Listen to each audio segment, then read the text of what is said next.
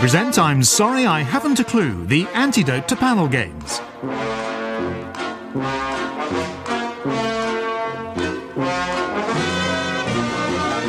At the piano is Colin and your chairman is Jack D. Oh, hello and welcome to I'm Sorry I Haven't a Clue. You join us this week in Weston-super-Mare, the jewel in Somerset's crown. Weston-super-Mare is located on the Bristol Channel with historic links across to Wales and is often described as the Istanbul of Somerset. Because it has one foot in England and the other in 1957. Hans Price was the Victorian architect responsible for much of the development of Weston-super-Mare. Born in Langford, he studied architecture in Liverpool, which explains his designs of public buildings with their unusual lead-free roofs. One of the first transatlantic telecommunications cables came ashore in Weston in 1885. BT Customer Helpline have promised it'll be connected within the next 3 days.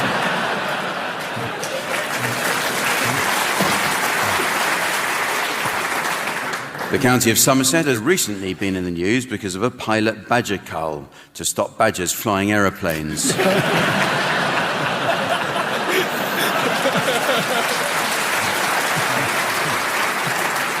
This area was once noted for its production of high-quality fixtures and fittings for the traditional home. But this work has now gone abroad. There are no longer people here who can make a spindle for the stairs or a hinge for the window. However, there are still a few hundred who might make a bolt for the door when I say, let's meet the teams. They are, on my left, Barry Cryer and Graeme Garden. And on my right, Brooke-Taylor and Finnemore. And eager as ever to handle the team's points, please welcome our scorer, the ever-delightful Samantha.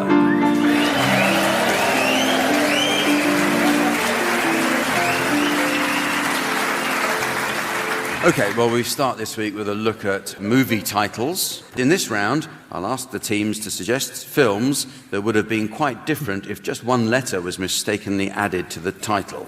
Barry, you can start. The Lady Varnishes. Tim. The Spy Who Loved Men. John. Take the Monkey and Run. Graeme.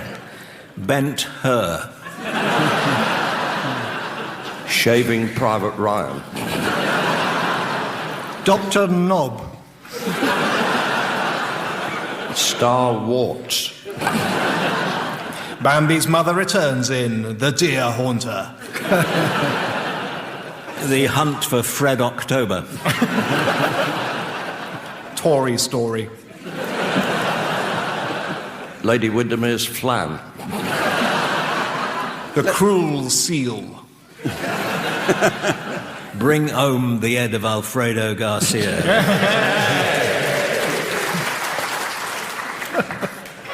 Right, let's move on. Because it's music time now with the game called One Song to the Tune of Another. This is where the teams take the tunes of some well-known songs and freshen them up with different words. It's just a form of recycling, as we all have to make do and mend in these recessionary times. A woman struggling with clothes and shopping bills who rang You and Yours was advised to do what her grandmother did during the war. So she spent 4 years sleeping with American airmen. Providing piano accompaniment, we have Colin Sell. Listeners will be interested to learn that Colin has recently been producing the Four Seasons at La Scala. It's been rated the cheapest pizza parlour in Streatham. OK, so we'll start with you, John. I'd like you to sing the words of I Will Survive by Gloria Gaynor to the tune of I Do Like to Be Beside the Seaside.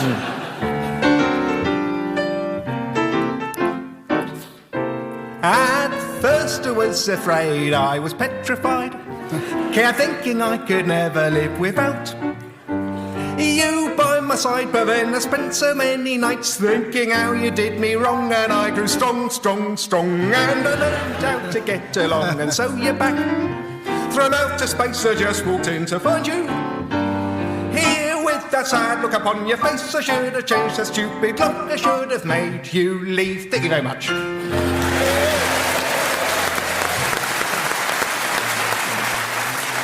It's you now, Tim. I'd like you to sing the words of Lou Reed's Walk on the Wild Side to the tune of Danny Boy.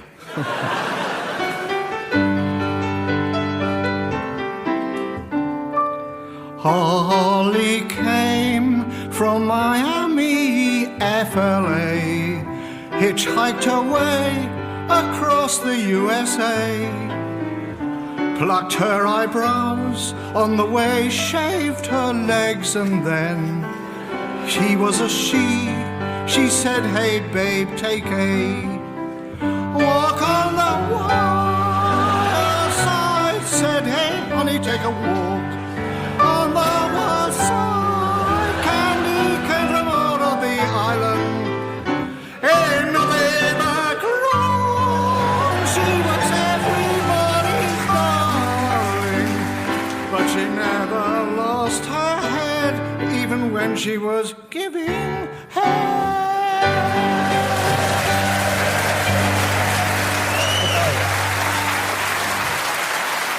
Tim. As it's your turn now, Barry, and I'd like you to sing the words of I Predict a Riot by the Kaiser Chiefs to the tune of A Nightingale Sang in Berkeley Square.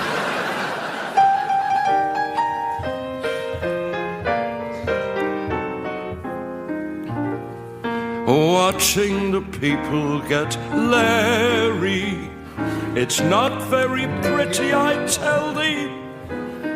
Walking through town is quite scary, it's not very sensible either.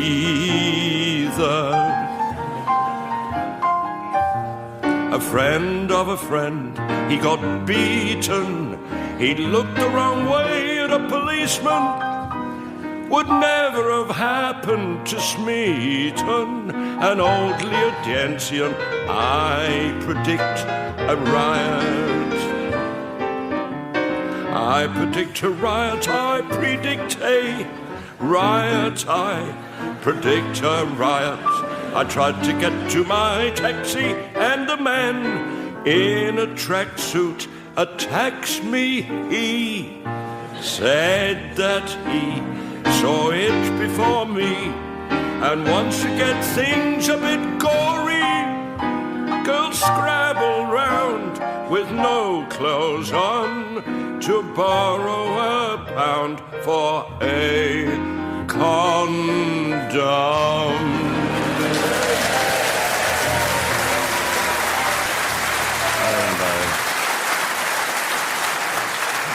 And finally, Graeme, I'd like you to sing the words of Sexual Healing by Marvin Gaye to the tune of the Blue Danube. Oh, now let's get down tonight, baby. I'm hot just like an oven. I need some loving, and baby, I can't hold it much longer. It's getting stronger and stronger, and when I get that feeling, I want sexual healing. Sexual healing, oh baby, makes me feel so fine. Helps to relieve my mind. Sexual healing.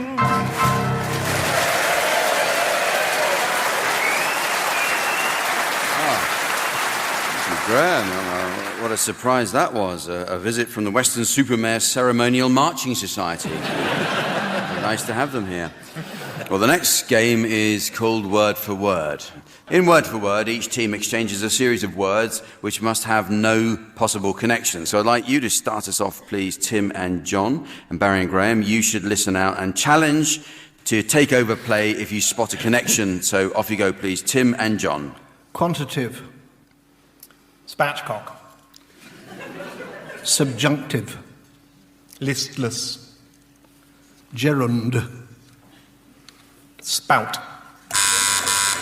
And Graeme, you've challenged there. Yeah, Gerund Spout, he was a well-known philosopher, wasn't he?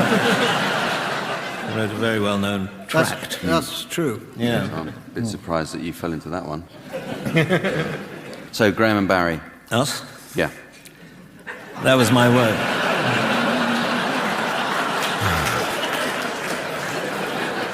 Incontinent. Well, I'm very sorry to hear that. Spanner. Abacus. Soil. Kangaroo. Rusty. Tim. Rusty Kangaroo. Do you remember? It was an Australian soap he appeared in. Rusty Kangaroo. Hello, Rusty. Oh, really? Over there? Yes. For the benefit of those listening on the radio, Tim was actually doing an impression of a rabbit. Although we were trying to think of a kangaroo at the time. But thank you, Tim. Well done. You noticed that a connection there with Rusty Kangaroo. So it's over to you, Tim and John. Heckle. Elsewhere. Butterfly. Tambourine. Buttock. Nincompoop. Mandolin. Jodhpurs. Mandolin jodhpurs. Did you buzz or did you... Well, Graeme has buzzed. Barry spoke. It's all falling apart. I'm a ventriloquist. Try and have some discipline while we're playing the games. Otherwise, really, no one knows where they stand. It's Barry's shout. It's Barry's shout, is it? Yeah. Oh, it's me, is it? Yeah. Jerome. Oh, no, we've done that. Hiatus. What? Did we have your challenge properly? What was your challenge? Oh, I thought I was being thrown back into the fray there. Hesitation.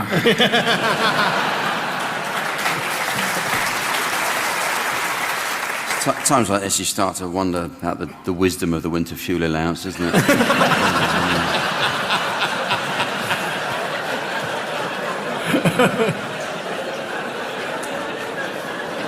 Whose go is it? Mine.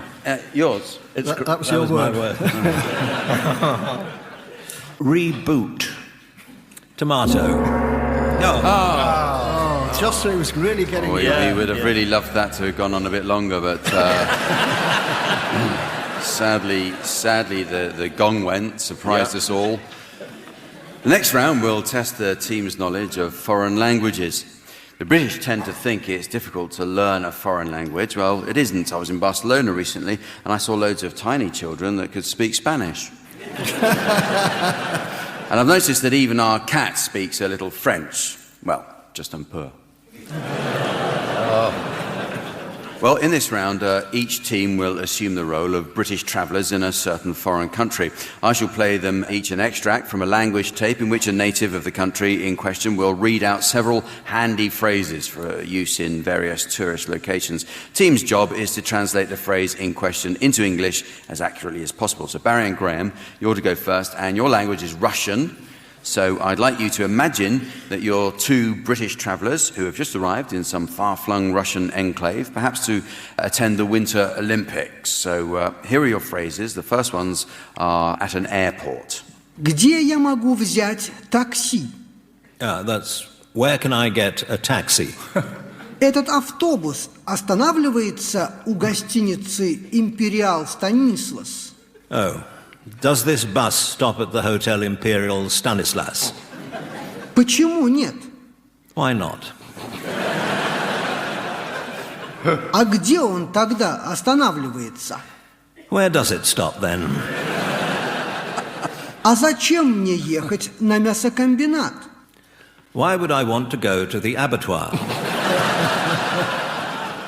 Мне все равно, если это смешно.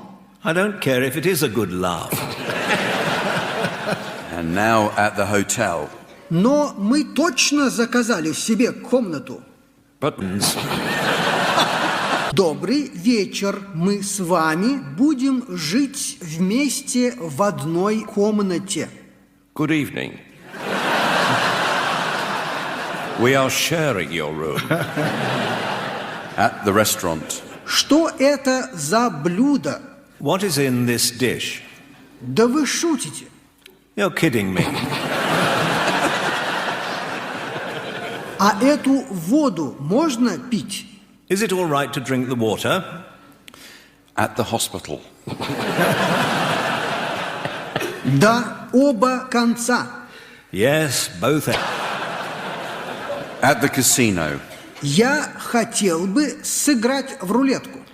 I would like to play roulette. Ура! Я выиграл 11 картофелин. Hooray, I have won 11 potatoes. Держи вора! Stop thief! And now at the police station. Я хотел бы заявить о том, что меня ограбили. I wish to report a robbery. Зачем вам мой паспорт и отпечатки пальцев? Why do you want my passport and fingerprints? Мы с приятелем участвуем в бобслейных гонках двоек. My partner and I are here for the two-man bob.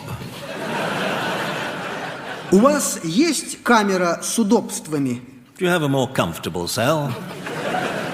Как быстро здесь проходит месяц. How quickly a month passes here. And finally, at the prison. Ты что, меня сукой считаешь? What do you mean, you're bitch? Okay, it's your turn, Tim and John, and your language is Thai. So for this exercise, it might be helpful to imagine that you're businessmen in Bangkok, and here are your phrases at the restaurant. ขออาหารไทยแท้ๆสักอย่างหน่อยครับ Some authentic Thai food, please.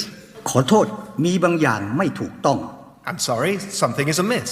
ผมไม่อยากได้ก๋วยเตี๋ยวหมูนะ I was not expecting pork and dumplings. แน่นอนไข่เจียวกับมันฝรั่งทอดจิ้มกับซอสสีน้ำตาล Omelette and chips, of course, with brown sauce. ดีพวกเขาทำที่ Taste of Thailand Ipswich Well, they do at the Taste of Thailand Ipswich. At the club. อ๋อปิงปองสนุกดี Oh, what fun! Ping pong. ผมขอร่วมเกมต่อไปได้ไหมครับ May I join in the next game, ladies? อ๋อนี่เป็นการแสดงการแข่งขัน Oh, I see. An exhibition match. โอ้บริการแหวกแนวจัง Goodness, what an unconventional serve.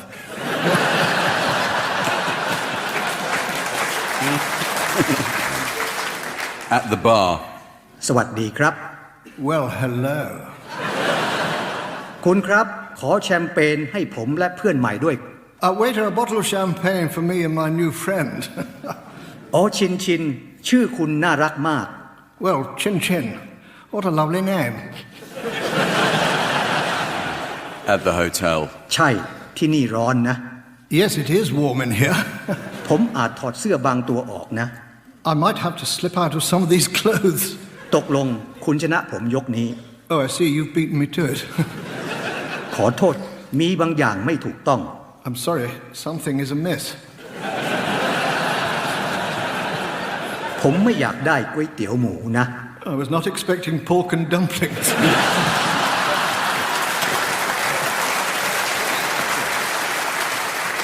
Okay, the next round concerns the content of radio and TV shows. With literally hundreds of TV channels being filled with all sorts of stuff these days, it's sometimes difficult to know exactly what it is that you're watching. I dipped into a program the other night that was about killing chickens, scavenging from dustbins, and having noisy sex in the garden. It turned out it was Fox News.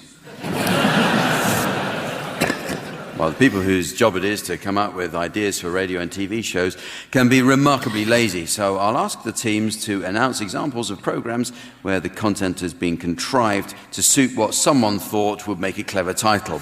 You can start this one, Graeme.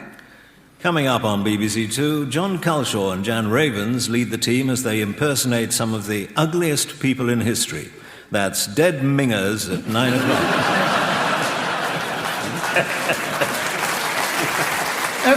Ever wondered if a minor TV celebrity is descended from pirates? Then tune into Who Do You Think You Are?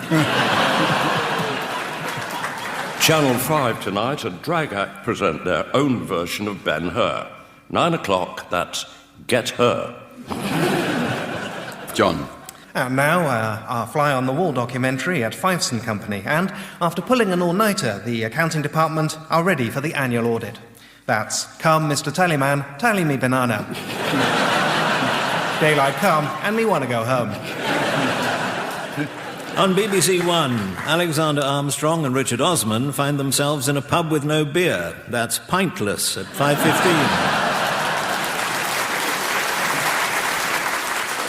And now on CBeebies, it's time for more superhero adventures with your favourite magical female horse. It's Western Supermare! Followed by Shameless. On Saturday at 2:30, we show highlights of the competition to find the world's finest bikini wax. That's the Brazilian Grand Prix this Saturday. And now on BBC4, a study of the significance of the human breast in our society, culture and art. A personal retrospective by Boris Johnson. That's Arse About Tit, tonight at 9.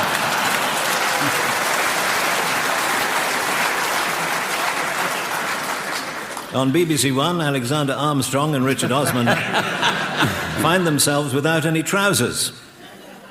That's Embarrassing Botties at 5:15. Okay.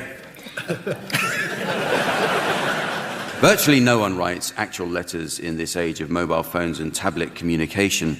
Tim was telling us that his new phone has an app that finds golf courses. Graeme has an app that finds art galleries, while Barry has a nap most afternoons. And sometimes during the show.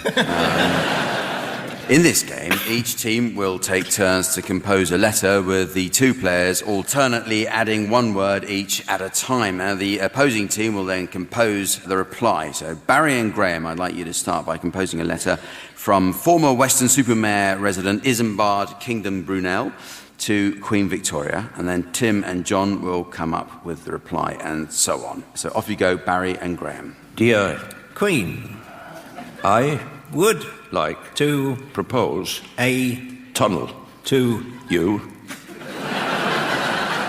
because I feel that a tunnel is needed urgently behind you. in Fact, I insist that this tunnel be constructed and braced as strongly as possible. because It is essential to the good of the travellers. that The tunnel does what it says on the tin. nevertheless I feel that you should come and see this tunnel. and Furthermore, I insist that you open the tunnel for now. so Therefore, I would like to invite you to my tunnel for tea and cakes and biscuits. much Love, Isambard. kiss kiss.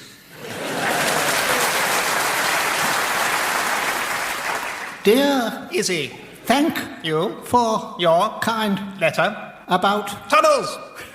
I Do love tunnels. and Am looking forward to having yours. up My, palace. if You no, what I mean? however, Albert does not like tunnels. and Refuses to allow me to have any tunnels bother. and Damn it! it's Infuriating. and That's about it. but One little thing. extra. Tomorrow I will be waiting for you by the front of the tunnel. sea Enclosed.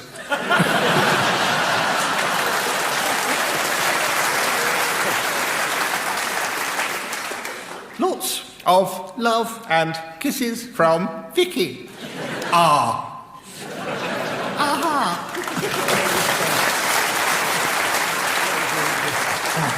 Well, it's very nearly the end of the show, but there is just time to fit in a round of the vegetarian songbook.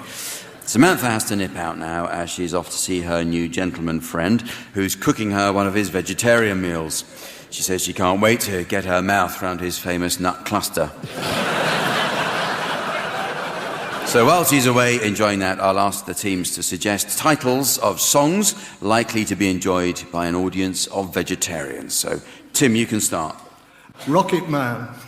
Yeah. Blue Swede Shoes. That's one for the money, tofu the show. Itsy bitsy teeny weeny yellow polka dot zucchini.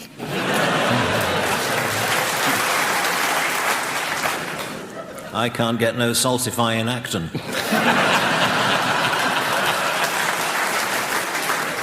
God rest ye, merry lentil fan.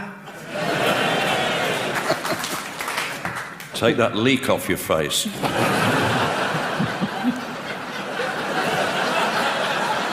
Voulez-vous courgette avec moi ce soir? You don't get me, I'm part of the onion. Hey, chewed.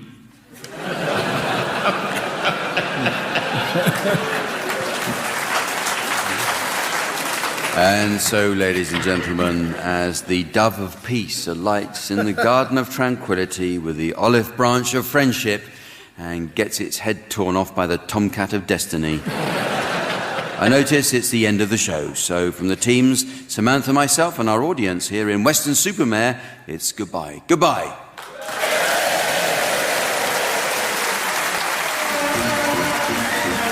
Valerie Cryer, Graeme Garden, Tim Brooke-Taylor and John Finnemore were being given silly things to do by Jack D, with Colin setting some of them to music.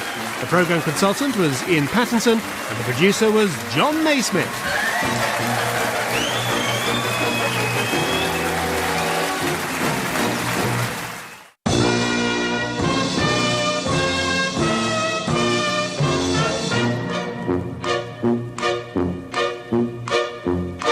We present I'm Sorry I Haven't a Clue, the antidote to panel games.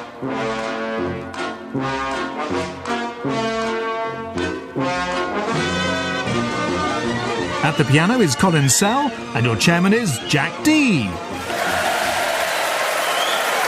Well, hello, and welcome to I'm Sorry I Haven't a Clue. You join us for a second visit to Weston-super-Mare. Weston lies close by the River Axe. This is formed by the confluence of several streams which emerge from limestone caves at Wookey Hole, the Mendip Passage, St Swilden's Shaft and Cuthbert's Swallow, all features formed in the Pleistocene age and named in the Euphemism age. The Arctic explorer Sir William Edward Parry sailed from Weston for Canada in the spring of 1832, where he befriended a tribe of Eskimos. Parry controversially married, and the couple returned in the winter, becoming sick on the voyage. As they disembarked, it was obvious he had influenza, and his new wife was a little husky.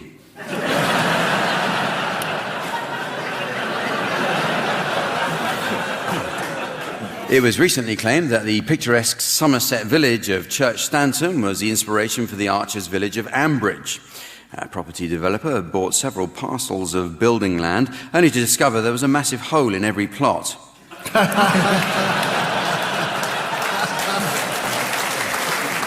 He tried to take legal action, but there was no one there who could act for him. Many components of the world's first supersonic airliner were manufactured in Somerset. Concords were built as a joint venture with Aerospatiale in Toulouse. Tasks were split, so while the British engineering team designed the wings, fuselage and tail fin, the French team had lunch. The town of Weston virtually owes its existence to the arrival of the railway, which was built by Isambard Kingdom Brunel, whose engineering skills were tested to their limits in producing tunnels through the county's hills. But Brunel isn't the last to bore Somerset. Please welcome on my left Barry Cryer and Graeme Garden. And on my right, Tim Brooke-Taylor and John Finnemore. And settling down on my left hand, please welcome our glamorous scorer, the ever delightful Samantha.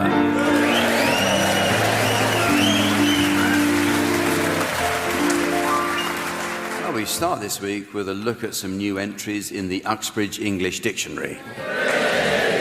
A good dictionary is an essential tool for learning the different uses of apparently similar terms. For example, many people don't understand the correct use of the words lifeless and inert. Well, if something is lifeless, it means it lacks excitement or animation or is incapable of supporting life. Whereas if something is inert, you shake it all about, you do the hokey pokey and you turn around. And that's what it's all about. Oi. But the meanings of words are constantly changing, so teams, your suggestions, please, of any new definitions you may have spotted recently. Tim, can you start? Gastric, raising energy prices without your customers knowing.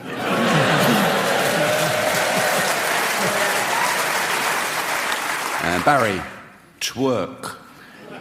What we do in Yorkshire between 9 and 5. Graeme? Buccaneer. What American pirates pay for piercings. John? Smirk. Somerset for it's a Mercedes.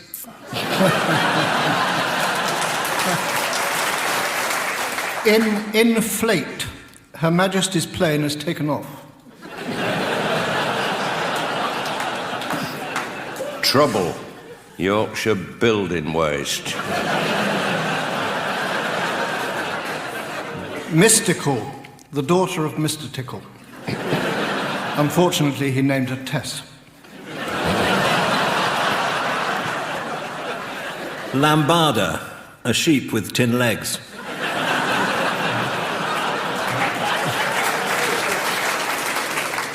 Barney. Rather like a barn. Inferno. Assume not. Celery. Bit like a cellar. Behemoth. An insect that makes holes in your jumpers and then fills them with honey.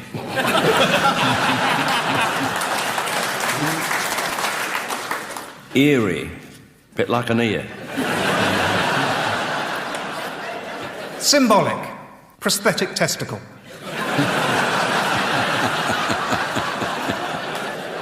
Whiskey. Bit like a whisk.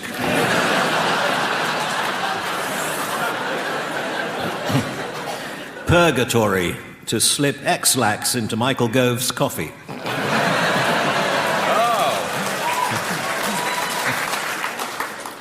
Well, the teams are going to sing for us now in the round called Pick Up. Sluice gate. Somerset for this gate belongs to Lou. So the teams are going to sing for us now in the round called Pick Up Song. Samantha is poised at the turntable and ready to give the discs a spin. You should sing along, teams, and try to keep in time when Samantha turns the volume down. If, when the music returns, you're within a cheesy quaver of the original, I'll be awarding points. And points mean what people drink in Somerset pubs. What do points mean? And... No, you're wrong. It's prizes, apparently. This week's prize is sure to delight anyone who's a fan of funeral transport competitions. It's an all-expenses-paid trip to the Hearse of the Year show. Now, Graeme, you're to start, and I'd like you to accompany Eddie Cochran singing She's Something Else. Oh, look there. Here she comes. There comes that girl again. Wanted to date her since I don't know when, but she don't notice me when I pass. She goes with all the guys from out of my class, but that can't stop me from thinking to myself, She's so fine looking, man. She's something else.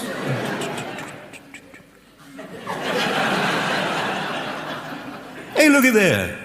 Across the street. There's a car just made for me. To own that car would be a luxury. But my dollar can't afford the gas. A brand new convertible is out of my class. But that can't stop me from thinking to myself, that car's fine looking, man. There's something else. It's something else.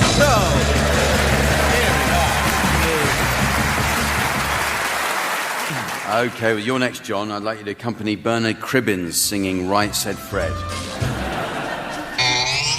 Right said Fred, both of us together, one each end and steady as we go. Tried to shift it, couldn't even lift it, we was getting nowhere, and so we had a cup of tea, and right said Fred, give a shout to Charlie, up comes Charlie from the floor below. After straining, heaving and complaining, we was getting nowhere, and so we had a cup of tea, and Charlie had to think, and he thought we ought to take off all the handles and the things that hold the candles.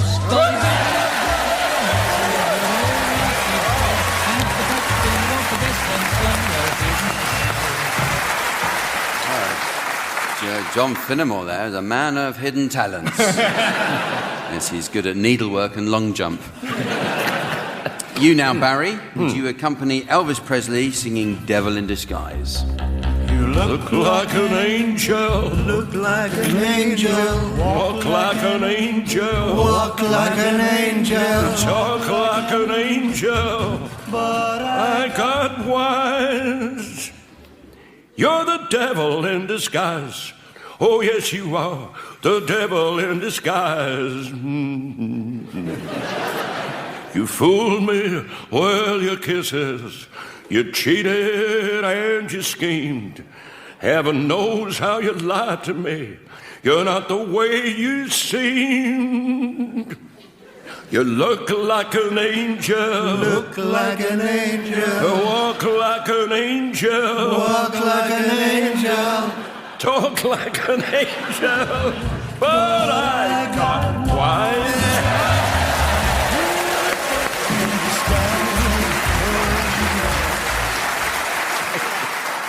Barry's ear problem means that he now has trouble hearing himself sing.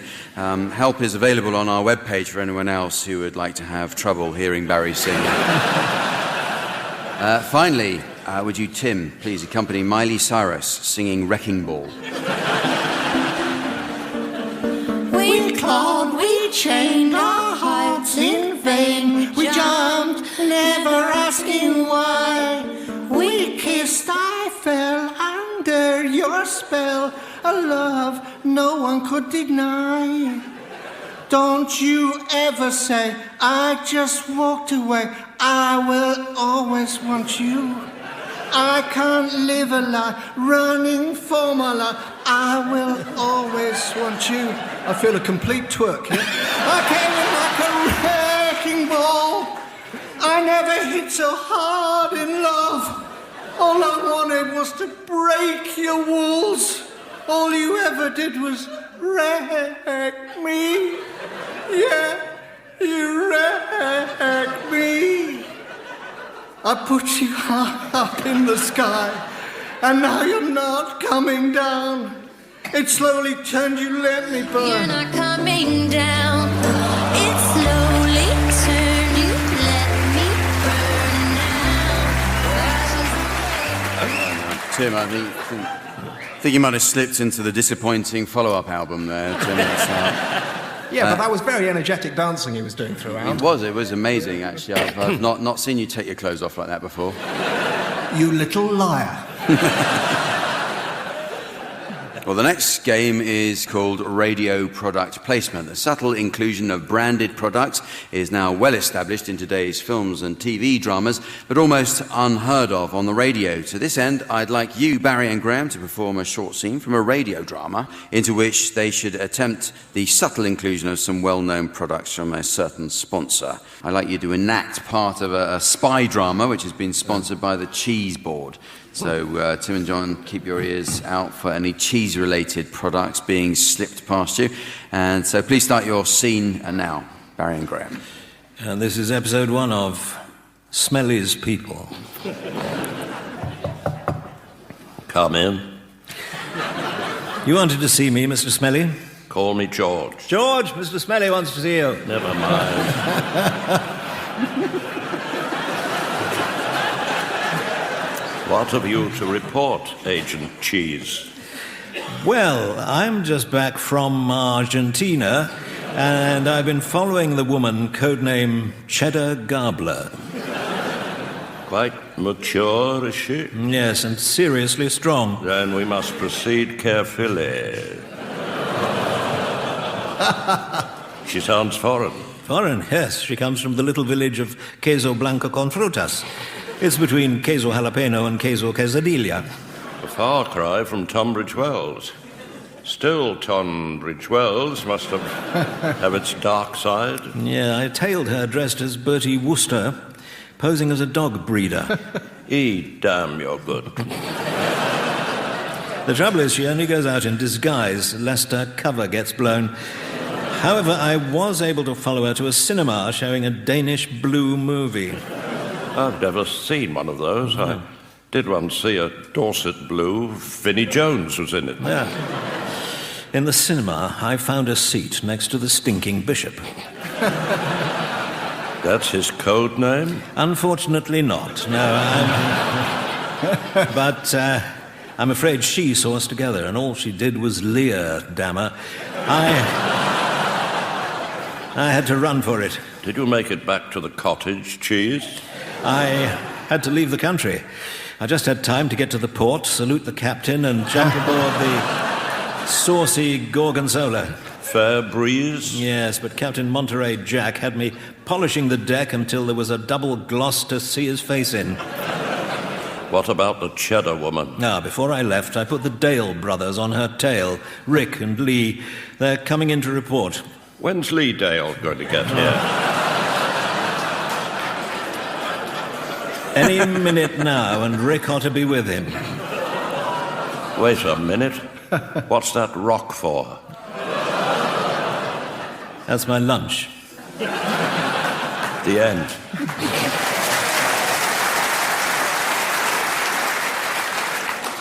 I thought it was very good, although it could have been even gooder. Just making things worse, John. Well, actually, I did spot one, yes. The lead character's surname, you won't have caught this, but it was Cheese. Damn. And that is a type of cheese. Yes. So, I point thought we to got us. away with that yes, one. Well spotted. Yes. It's now time to play the game called Mornington Crescent. But first, I noticed from the bundle of correspondence stuffed in our pigeonhole that our pigeon is unlikely to try sitting down anytime soon.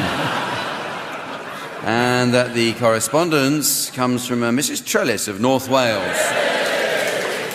And she writes, "Dear Medical Matters, memory loss. Who am I to talk about memory loss?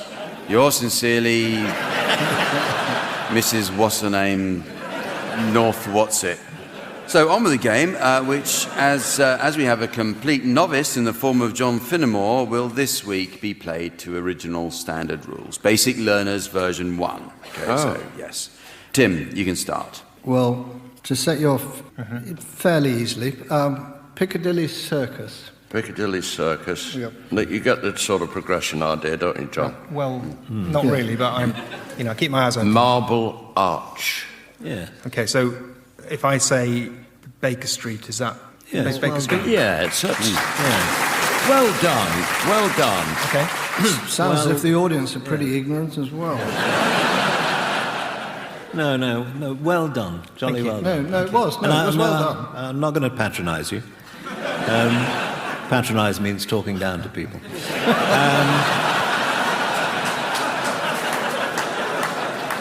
Clapham Common.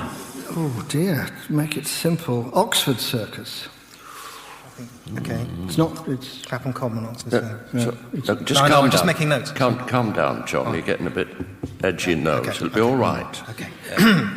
Finsbury Park. Yeah. Oh, Pimlico?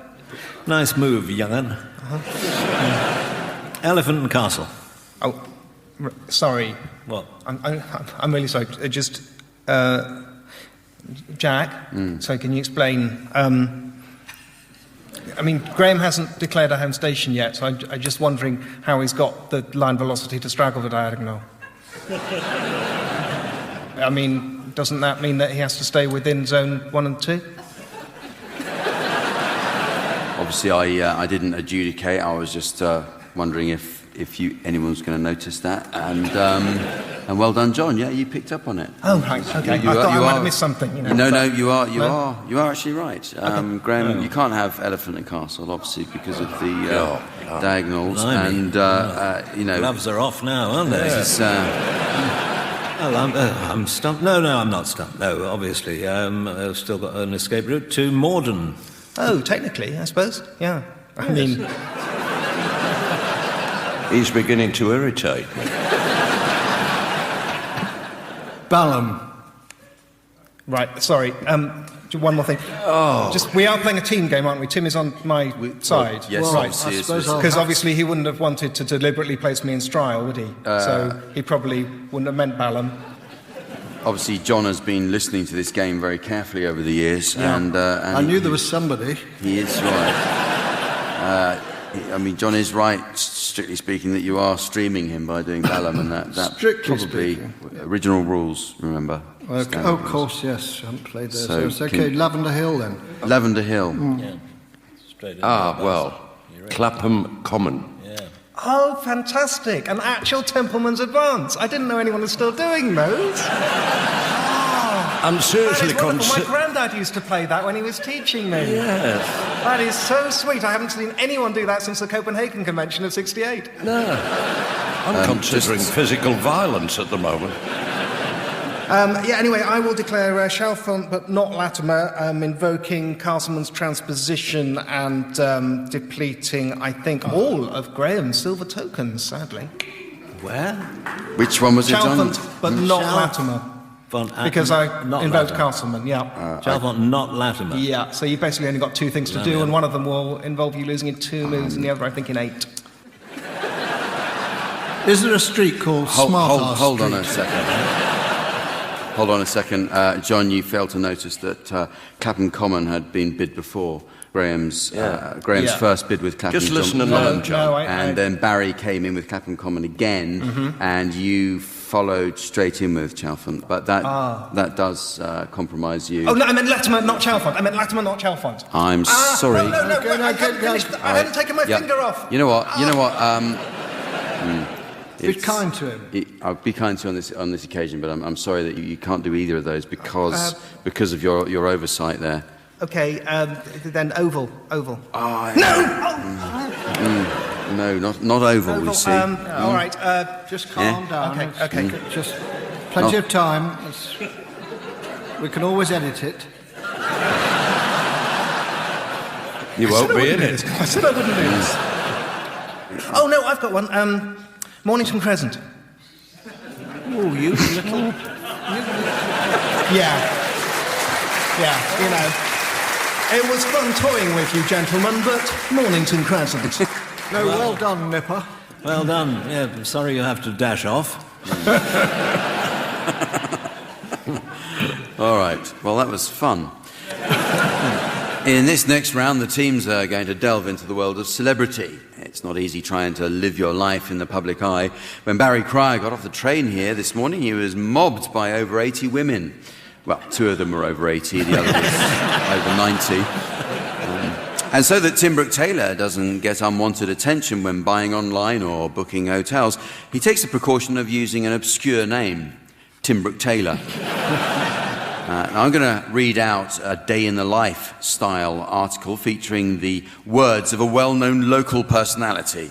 However, certain keywords or phrases have been removed, and the teams will try to guess what's missing. This week's subject is Lord Archer of Weston-super-Mare. Okay. My mother was a tremendously strong woman. She became a... Tag wrestling sensation. local councillor. My father was a... Nobel Prize-winning Bishop, Field Marshal, astronaut, and third in line to the throne of Russia. Though, of course, we never spoke of it. It was a printer, in fact. Anyone who has worked in Weston-super-Mare will tell you that we used to have more people coming on their holidays from Birmingham than from Choice. from any other town. The locals got accustomed to the Smell. Brummie accent. On his wife. Mary does frighten some blokes. There are men out there who simply can't deal with confident women like her.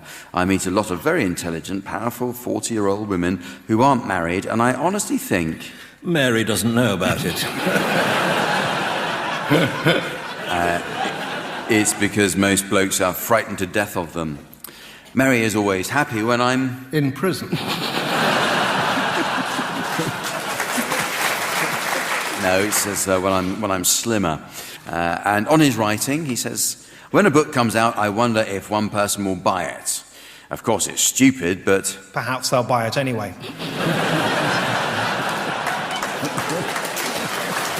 It's agony. I look at E.L. James or Dan Brown and I ask, what am I not doing? Why are my figures less than theirs? J.K. Rowling, I understand, but I don't understand E.L. James. I tried 50 Shades of Grey, but gave up after... Mary told me to stop as it was making her eyes water. After 30 pages. They tell me the sex doesn't come until... I've paid them up front. Until after page 100. I never got there. I'm nuts about theatre and go about twice a week. I invest in it too. I own 50% of Grease and 25% of The Sound of Music, among others. Whenever the directors of the Donmar or the National Theatre beg me for money, I send them a cheque. And so they know where the money comes from, I write along the bottom... Of the girl they send round to collect it.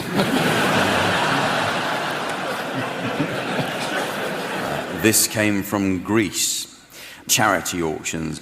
Last year I raised £21 million. A few weeks ago I auctioned a prize of afternoon tea at the Wolseley in London for £4,000 with me and... 6,000 without me. Alistair Campbell, in fact. On the subject of regrets. This will make you laugh. My main regret is that I don't have any... Full stop. Any daughters. Yeah, Mary is a campaigner for women's rights and her father was too. On his deathbed, he made me promise I would never... Do that to him again. Stop her doing what she wanted. I would really have liked to take a generation of women, one by one, through to the next era, is actually what he said. Well, it's very nearly the end of the show, but there is just time to fit in a round of the Posh Persons Film Club. Samantha has to go now as she's off to see her new aristocratic gentleman friend who's teaching her about the history of the House of Lords and the British Constitution. Samantha says her favourite part of the evening is when they go through the Act of Union. So as she goes off to enjoy that, I'll ask the teams to suggest some titles of films likely to prove popular with an audience of posh people. You can start this one, Graeme. Get Cartier. Barry.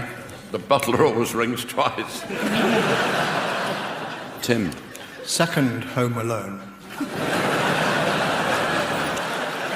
John. Lock, Stock and Two Smoking Jackets. The Kleinborn Ultimatum. Jason and the Aga. You just can't get experienced staff anymore. How green was my valet? Friday the 13th, 7 for 7:30, cocktails. A triple bill, Goodwill Hunting, followed by Goodwill Shooting and Goodwill Fishing. Who framed Roger's portrait?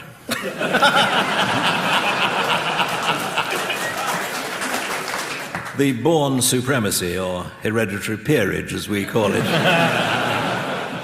Wallace and Gromit in The Red Trousers.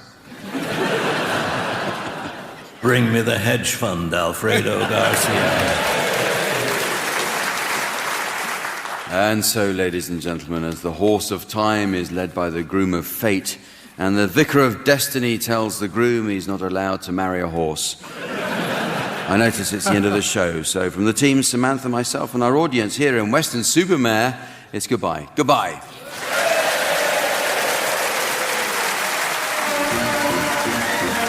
Barry Cryer, Graeme Garden, Tim Brooke-Taylor and John Finnemore were being given silly things to do by Jack D, with Colin setting some of them to music.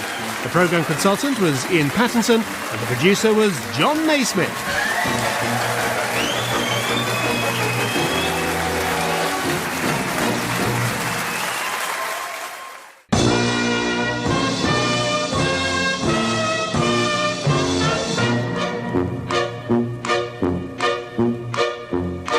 We present I'm Sorry I Haven't a Clue, the antidote to panel games.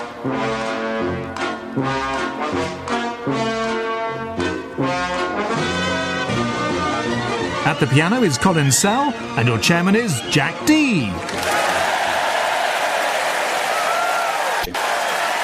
Hello and welcome to I'm Sorry I Haven't a Clue. You join us this week at the Theatre Royal, Drury Lane in London's glitzy West End.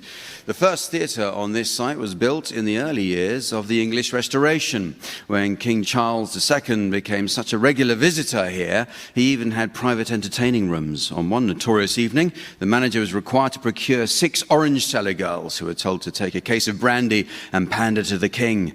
No one dared ask what he wanted the pander for.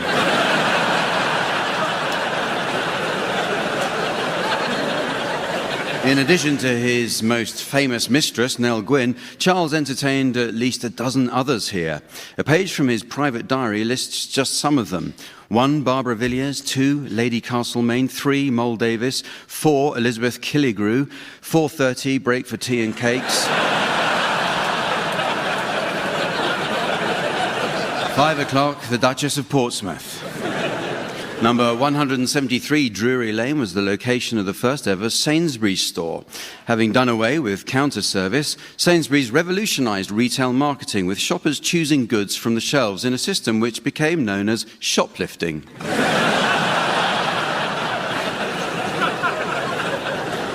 Covent Garden is home to the London Transport Museum, with a fine display of double-decker buses and tube trains. There's also an electrically powered scale model underground escalator, which has fascinated Londoners queuing up, eager to learn what a working escalator looks like.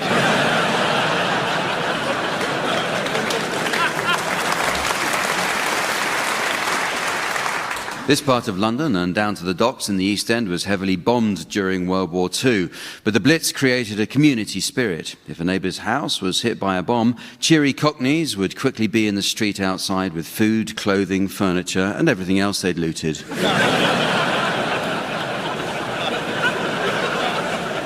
The British Library Sound Archive is just up the road from here. It contains collections of recorded sound dating back to 1905, but they constantly add important recordings which it's felt must be preserved for the nation. No need to trouble themselves today. As I say, let's meet the teams. They are on my left, Barry Cryer and Graeme Garden. And on my right, Tim Brooke-Taylor and Victoria Wood. And making a welcome return and eager to enjoy the action, it's our scorer, the ever-delightful Samantha.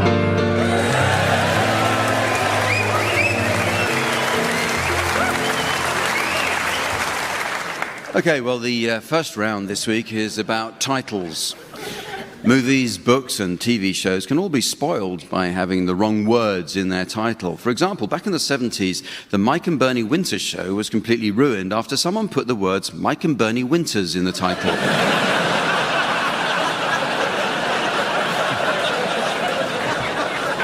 This week we're looking at movie titles. I'd like the teams to suggest famous movies which have been rendered much less appealing by the addition of just one extra word to the title. So Barry, you can start. Cliff Richard III.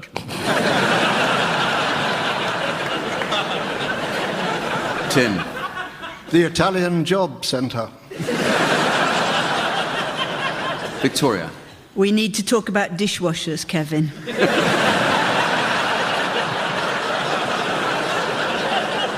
Graeme. Some like it hot pot. One Direction flew over the cuckoo's nest.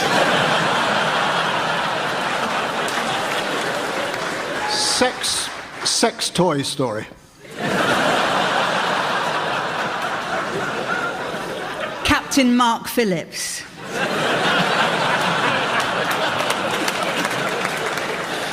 Guys and inflatable dolls. Les Dennis Miserable.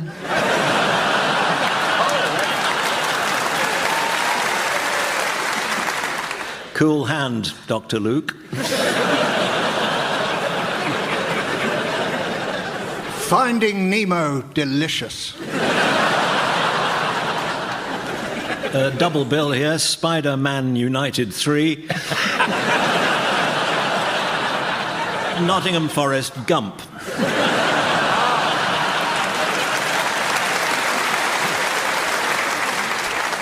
Well, the next game is called One Song to the Tune of Another. This is where I ask the teams to attempt to sing the lyrics of one song to the tune of a different song. It's worth noting that singing the words of a song to the wrong tune is remarkably difficult to turn into a fine display of top-line comedy, which is why the teams have never bothered. One person who does put some effort into this is Colin at the piano. Now, we have some news for those with tickets for Colin's banjo recital later this evening. Colin left his banjo on the train, so he went to the lost property office and was told that some kind person had refused to hand it in.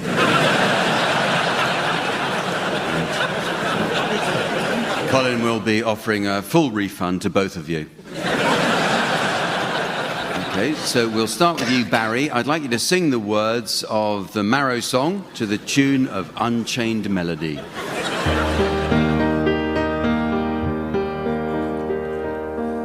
Down the road there lives a man I'd like you all to know. All to know.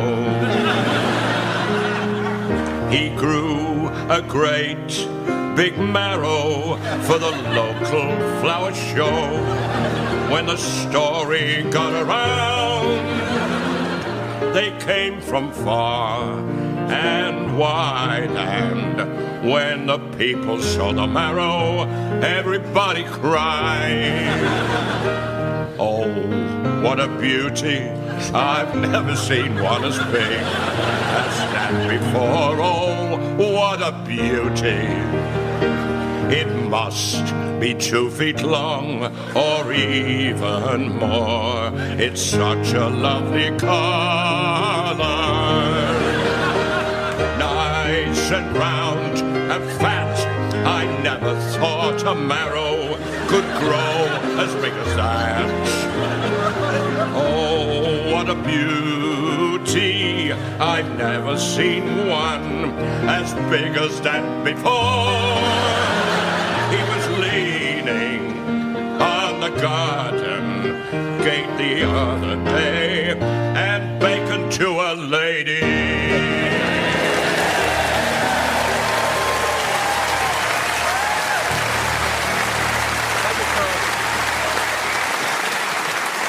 Barry Cryer there, who's recently changed energy supplier from Sonatogen to Vimto.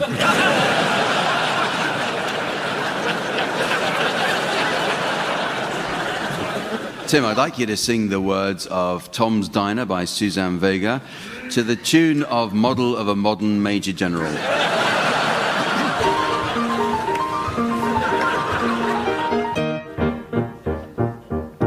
I'm sitting in the morning at the diner on the corner. I'm waiting at the counter for the man to pour the coffee, and he fills it only halfway, and before I even argue, he's looking out the window at somebody coming in. It is always nice to see you, says the man behind the counter. To the woman who is coming, she is shaking her umbrella, and I look the other way as they are kissing their hellos. I'm pretending not to see them, instead I pour the milk. I'm pretending not to see them, I pour the milk. Pretending not to see them, and pretending not to see them, and I pour the milk. I'll open up the paper, there's a story of an actor who had died while he was drinking. He was no one I'd heard of. And I'm turning to the horoscope and looking for the funnies when I'm feeling someone watching me. And so I raise my head. I'm turning to the horoscope and looking for the funnies when I'm feeling someone watching me. I'm looking to my head.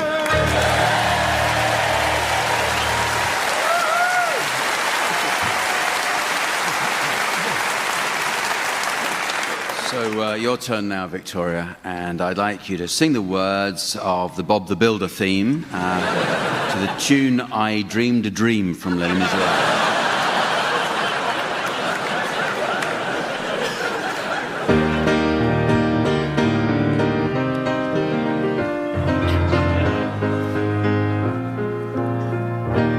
Bob the Builder, can we fix it? Bob the Builder, yes we can. Scoop, muck and dizzy rolly too. Lofty and Wendy join the crew. Bob and the gang have so much fun. Working together they get the job done. Bob the Builder, can we fix it? Bob the Builder, yes we can. Can.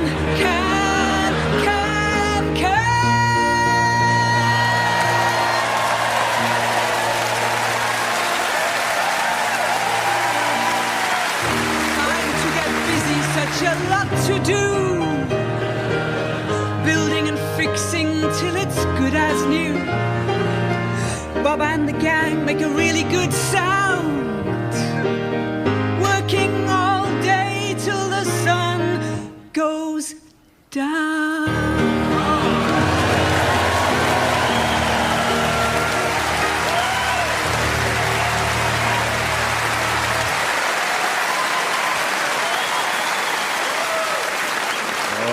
And finally, Graeme, I'd like you to sing the words of Killing Me Softly with his song to the tune of the Can-Can.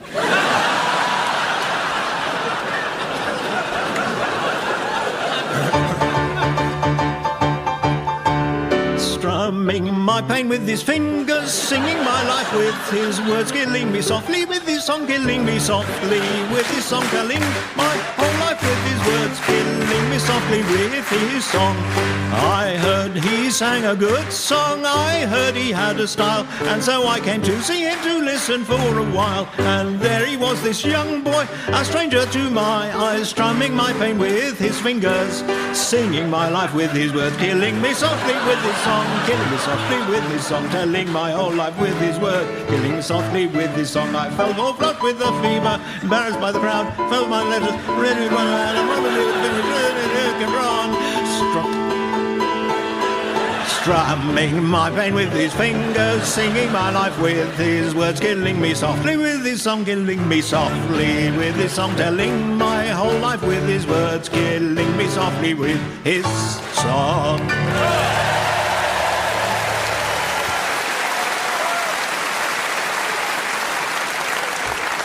Well, the next game is concerned with medical matters.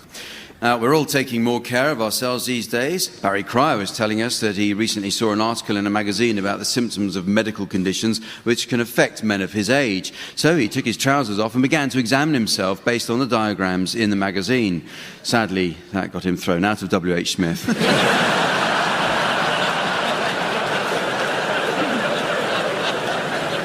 Okay, well, we'll start with you, Tim and Victoria. You're suffering from an unusual medical complaint and have just been called for your appointment with Doctors Barry and Graeme. And you must outline your symptoms to them, and they'll be awarded points based on how accurately they're able to diagnose your condition. The identity of your complaint is now being displayed to our theatre audience via the laser display screen. And for listeners at home, here's the mystery voice. They think they're Mel and Sue from the Great British Bake Off. They think they're Mel and Sue from the Great British Bake Off. Right, Tim and Victoria, start outlining your complaint now, please. Hello. Hello, good morning. Good morning. Good morning. Sit down, if you can. Now, what seems to be the trouble? Well, where do you start? My face is contorted into a permanent sympathetic wince.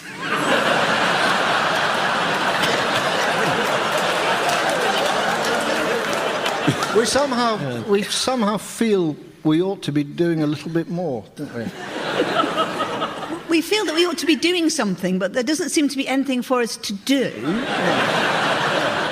How long has this been going on? Ooh. About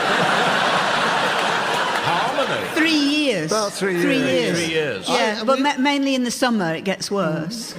We've got this sort of feeling we're being watched. It's seasonal. Really? You sure you're being watched? No.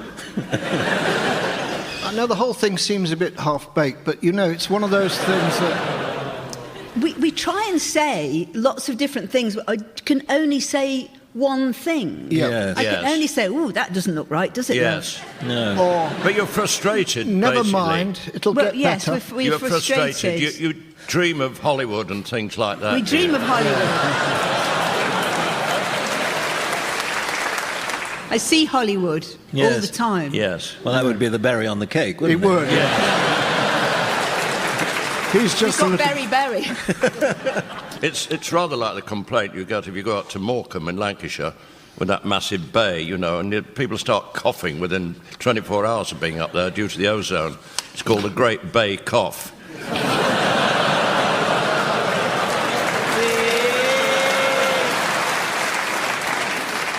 Well, don't toy with the audience any longer, have you guessed? Yeah. Are you Mel and Sue?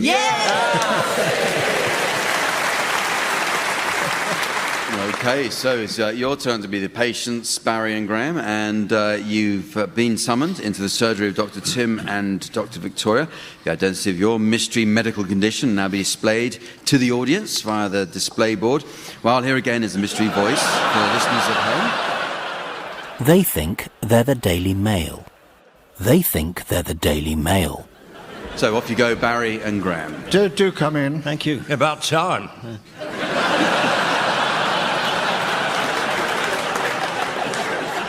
You think you're Barry Cryer? Go on. Look, just get on with it. We're here for attention and treatment. Can I just say the gown's supposed to go the other way round?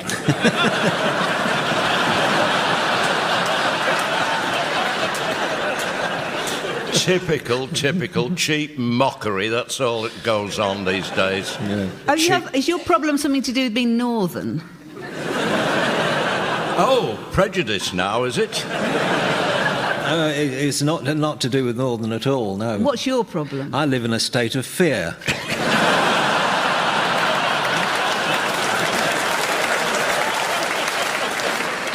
What are you would worried about? Everything. Immigrants. Everything. You can't move for immigrants in our street. You're a racist. No, not at all. I treat everybody... No, I'm afraid of racists. Are you? Yes. Terrified of them. I'm terrified of everything. Yeah. Are you in UKIP? No, I'm not in UKIP. Are you in a political party? Oh, no. I don't. Oh, what? No. What? We haven't got one worth the name at the moment. You can cut smallpox from supermarket trolleys. You can, you know. yeah. I think you must They found a cure for the common cold, but it gives you warts. Yes. Terrifying, isn't it? Are Terrifying. you editing the Daily Mail?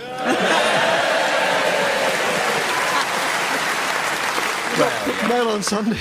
So that's a close enough guess, don't you think? Yes, Yes, that's near enough. They think the Daily Mail. OK, we move on to our tribute to daytime television. Before the show, we asked 100 people if they'd ever watched the TV quiz show Pointless. So, to those who said yes, namely 99 housebound pensioners and one Mr. A. Armstrong of London, this next round is dedicated to you.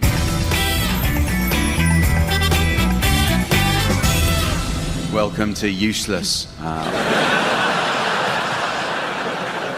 We put the same questions to 100 people and made a note of their answers. The job of our contestants tonight is to come up with the most useless answers and score 0 points. And here to keep an eye on the answers is my brand new useless friend.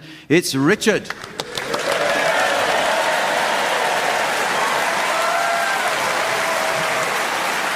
Hiya. Hiya, Jack. Hi, everyone. Hiya. Yeah, stop saying hiya. No need to... Are you always this short? What? Sorry, Jack. Let's get on with the quiz. No. We've got the chummy banter bit to get through first. You know, I love the chummy banter, but mainly because Xander is so good at it. Yes, it's Alexander, isn't it? His name's Alexander. Well, it'll always be Xander to me. Splendid. So, what have you been up to, Itchard? Well, I've been pretty busy, Ack. I've been dashing all over the place, to be honest, because somebody forgot to get the after-show biscuits. All right, Xander never forgets. I had a meeting. Yeah, fine. I had to cancel a hairdresser to go to Waitrose, and by the time I got there, they'd run out of gypsy creams. Great. Thank you very much indeed, Itchard. Light-heartedly bantering there. So let's meet our first team. Hi. Who are you and what do you do? Hi, I'm Graeme and I'm Brain of Britain 2010. Wow, you won Brain of Britain. No, I came 2010th.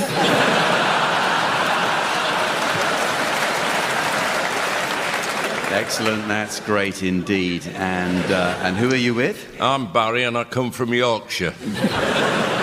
Brilliant, welcome. Great to have you with us. Really great, really, truly, gorgeously, brilliantly, greatly great. Indeed. Well, here's the first round. Richard. Yeah, we're going to show you a series of initials, and we want you to identify what each set of initials stands for with the aid of a clue. Thank you indeed. And here's your board. The first letter is S. Name an Australian city ending in Idney. Second, CK. Name a film that starred Orson Welles as Citizen Kane. Third, OD. Name a group with at least one direction in its name. And bottom row, S. Name something that rhymes with umthing. Graeme and Barry, you get first crack at this, and you can confer. What do we think? Australian city begins with S. Sadelaide, Spurth?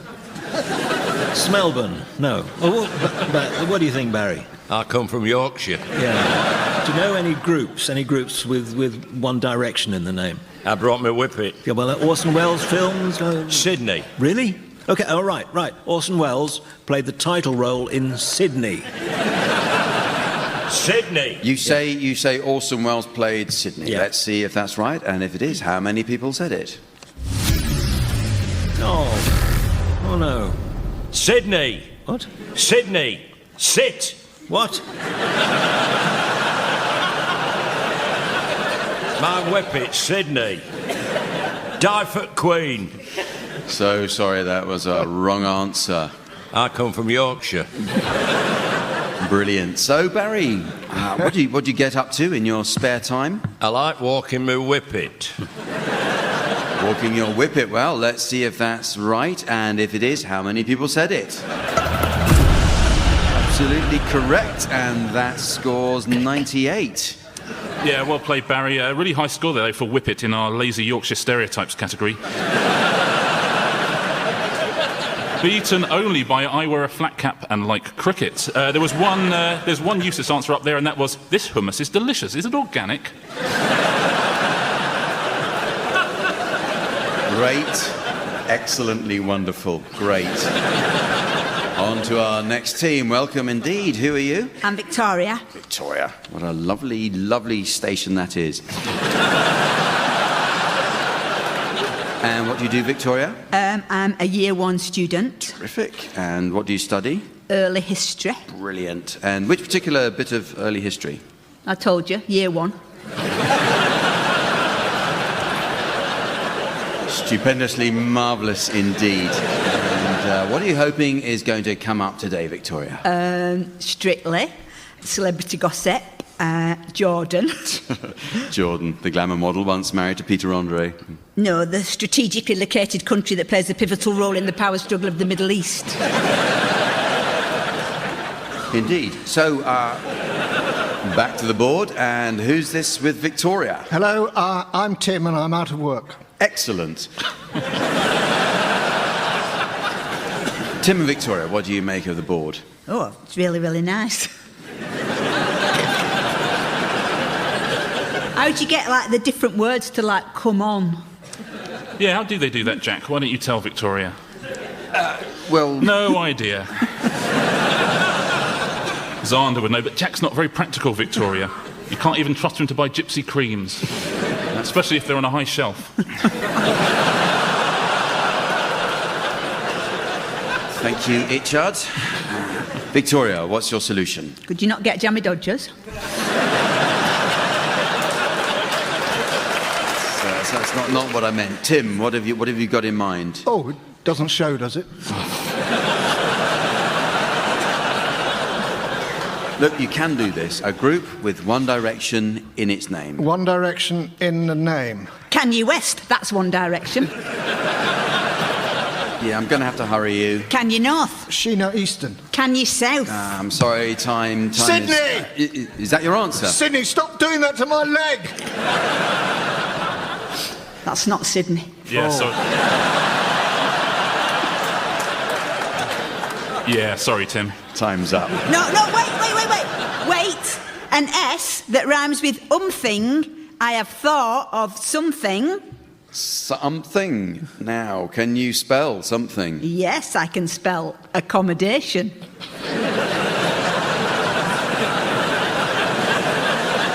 Really? Well, let's see if that's right, and if it is, how many people said so? And it's right. Down it goes. Down into the 20s, into the teens. Now it's going back up again.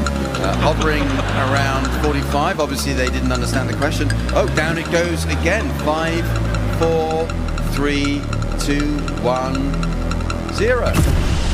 It's a useless answer. Hooray! All right.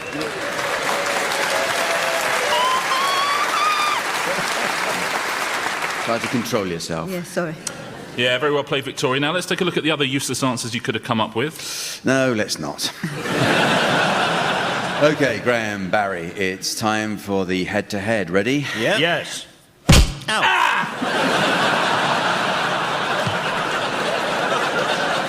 And that's all we have time for. We're back tomorrow with another bunch of bewildered nobodies we've dragged in off the street in useless celebrities.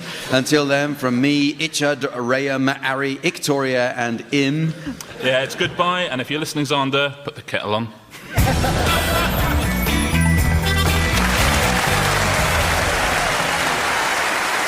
Ladies and gentlemen, Richard Osman, thank you very much.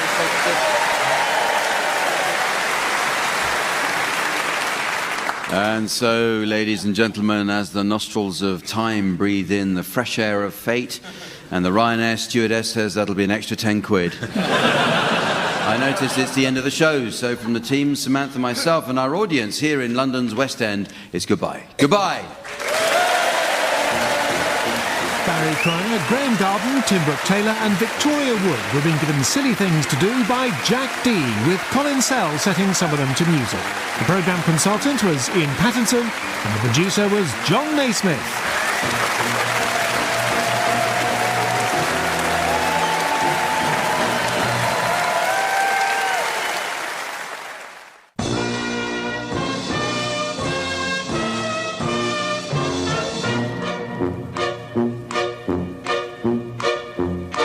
We present I'm Sorry I Haven't a Clue, the antidote to panel games.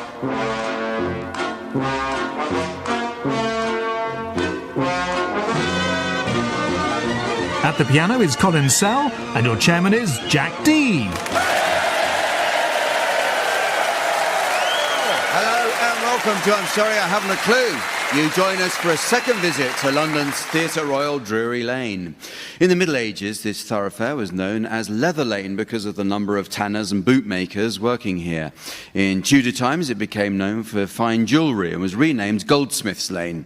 In the 18th century, the area declined and became known for the large number of alehouses and brothels, and so became known as That's Never Happened Before, Honestly Street. In the 19th century, it was redeveloped by Lord William Torquil Beauregard de Chalfont Drury, the 11th Duke of Grosvenor, and was renamed in his honour Inbred Halfwit Alley.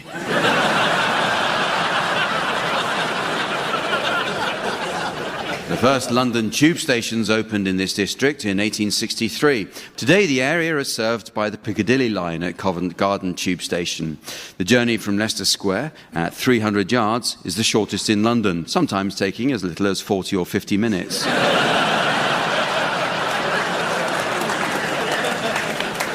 And just around the corner from here is Bush House, which was the home of the BBC World Service for over 70 years, starting in 1941. Bush House was repeatedly hit by German bombs night after night until, in 1983, they agreed to stop broadcasting quote-unquote repeats to Germany. But the Luftwaffe isn't alone in bombing around here. Let's meet the teams. Please welcome on my left, Barry Cryer and Graeme Garden. And on my right, Tim Brooke-Taylor and Victoria Wood. And keeping a keen eye on the team's points, please welcome our scorer, the ever-delightful Samantha.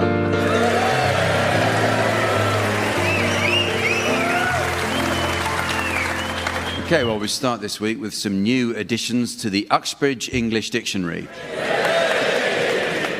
Good dictionary is essential for learning the correct use of similar terms. For example, many don't understand the subtle difference in meaning between the words strengthened and fortified. Well, strengthened means something has been made stronger or more powerful or has been reinforced to make it tougher, whereas fortified comes between 40 fod and 40 dicks.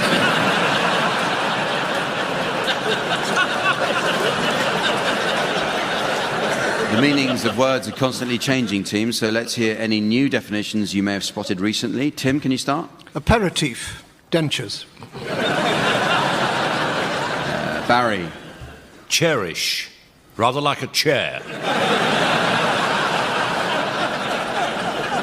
Graeme. Pensive, something you can write with while draining the potatoes.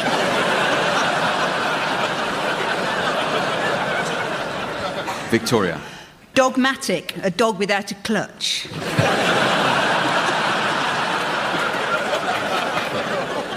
Bumbling, jewellery for the buttocks.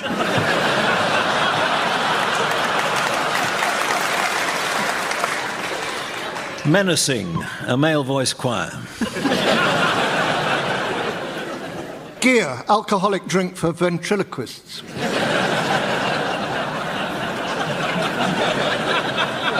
Dreadlocks, fear of canals. Gandhi, a bow-legged ventriloquist.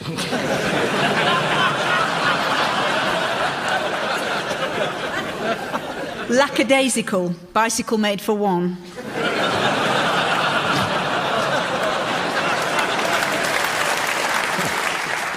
Gâteau, a French ventriloquist's boat.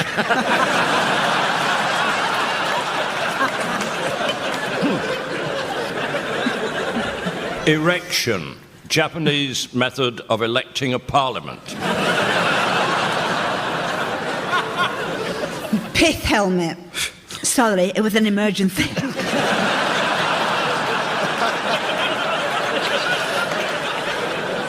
Hee-haw, a male prostitute. Gladiator, unrepentant cannibal.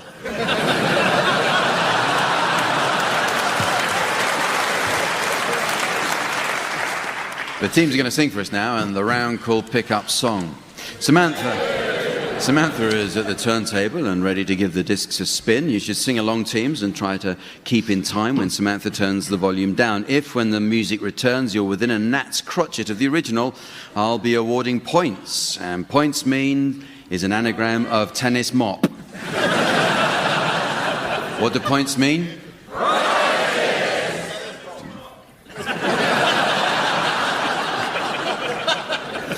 This week's prize will ideally suit anyone who's worried that having a shower or cleaning their teeth may send them mad. It's this lovely set of bathroom sanity wear. Barry and Graeme, I have a duet by Drury Lane favourite Ivor Novello for you.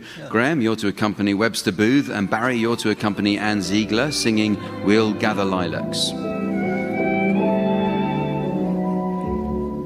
We'll gather lilacs in the spring again. and walk together down an English lane until our hearts have learned to sing again. When you come home once more, and in the evening by the firelight's glow, you'll hold me close and never let me go. Your eyes will tell me all I want to know. When you come home once more. Although you're far away and life is sad and grey, I have a...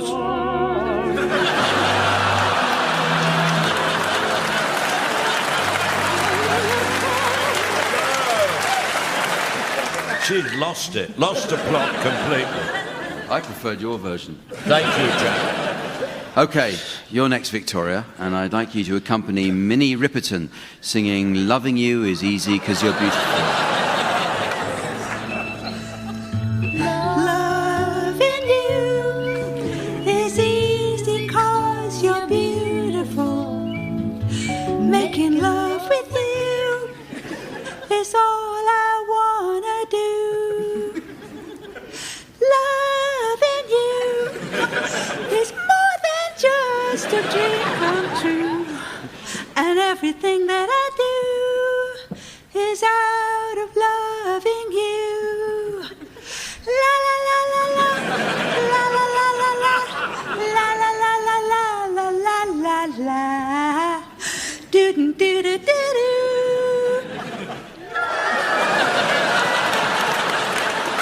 No one else can make me feel the colours that you bring.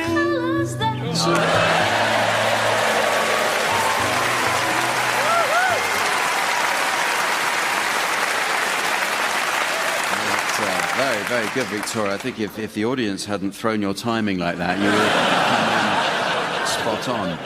Finally, Tim, I'd like you to accompany Norwegian comedy duo Ylvis with their hit viral song, What Does the Fox Say? Which has had over 184 million views on YouTube to date. So off you go, Tim.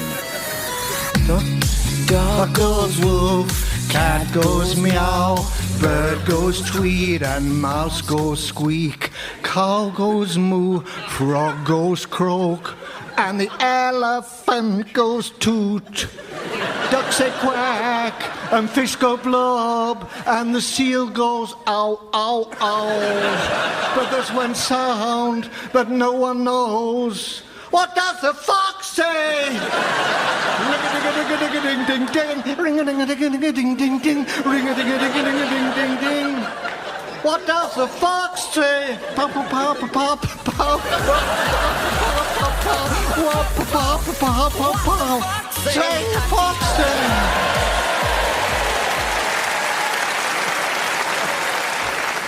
Well, the next game is called Word for Word. This is where each team takes it in turn to exchange a series of unrelated words while the opposing team tries to spot a connection between any of these words. So, for example, if the word what was followed by the word Tyler, that would be disallowed because, as we all know, What Tyler was a 14th century consumer magazine for bathroom fitters.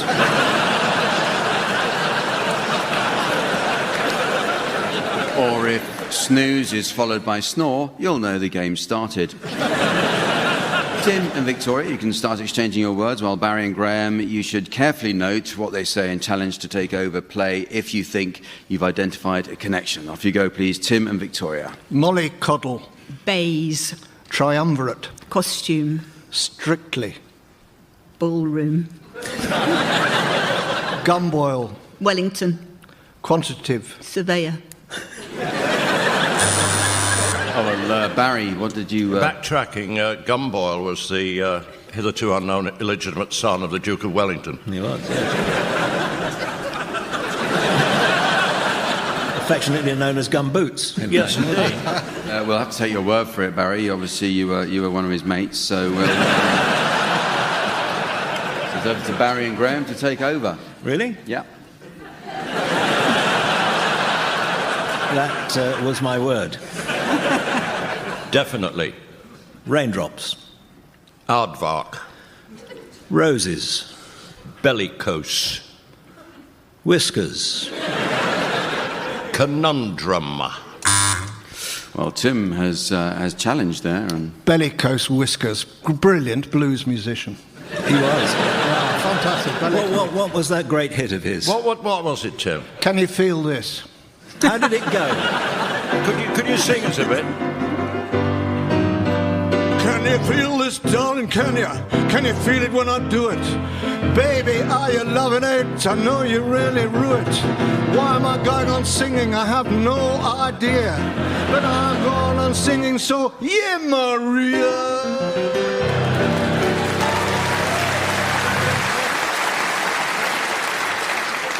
Bellicose actually wrote that, didn't he, Tim? No, he didn't. I did. So what did Bellicose write then? What did he write? Yes. The Big Tumblabra. That was probably his greatest hit. How did it go? It went really well. Well, anyway, Tim, you've won that, so it's over to you and Victoria to continue. Sharabang. Floor. Paracetamol. Jungle. Leverage. Graeme. I quote the old joke, why are there no aspirins in the jungle? Paracetamol. Excellent. And that discharges my debt to you. Well, it is true. It's an old joke that you dropped into there, Victoria. So I think we have to let you take that over, Graeme and Barry, and which is good news because you don't have to think of any more words for a moment. It's bad news because it means that the game is continuing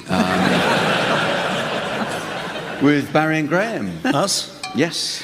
That was my word.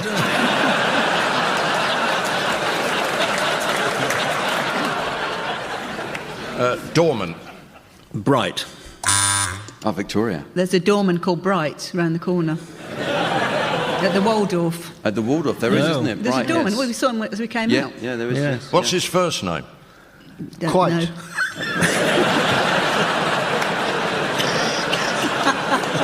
Does he sing at all?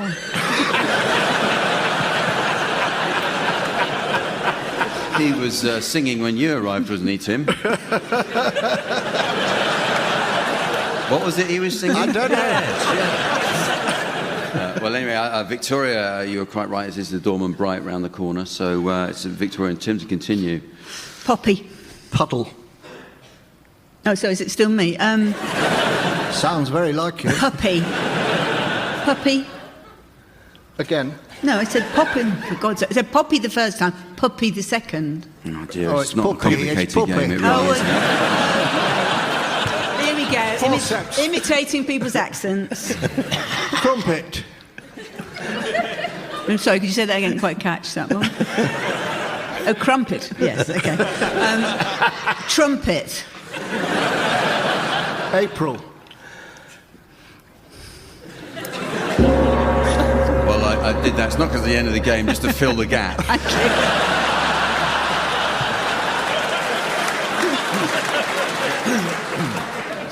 You're welcome to continue if you...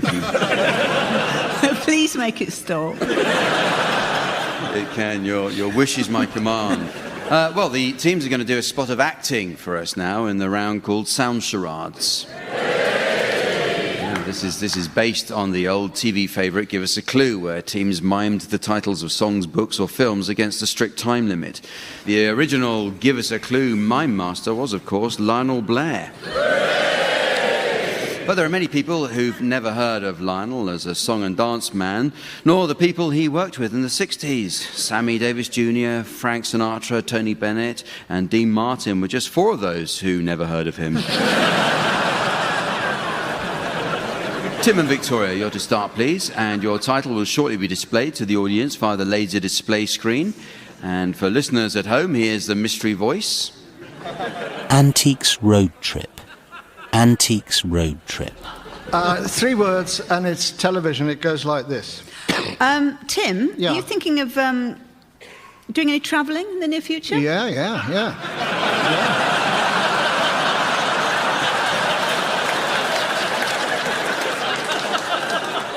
Are you going on your own? No. I'm going with Barry and Graeme. Oh, you're going with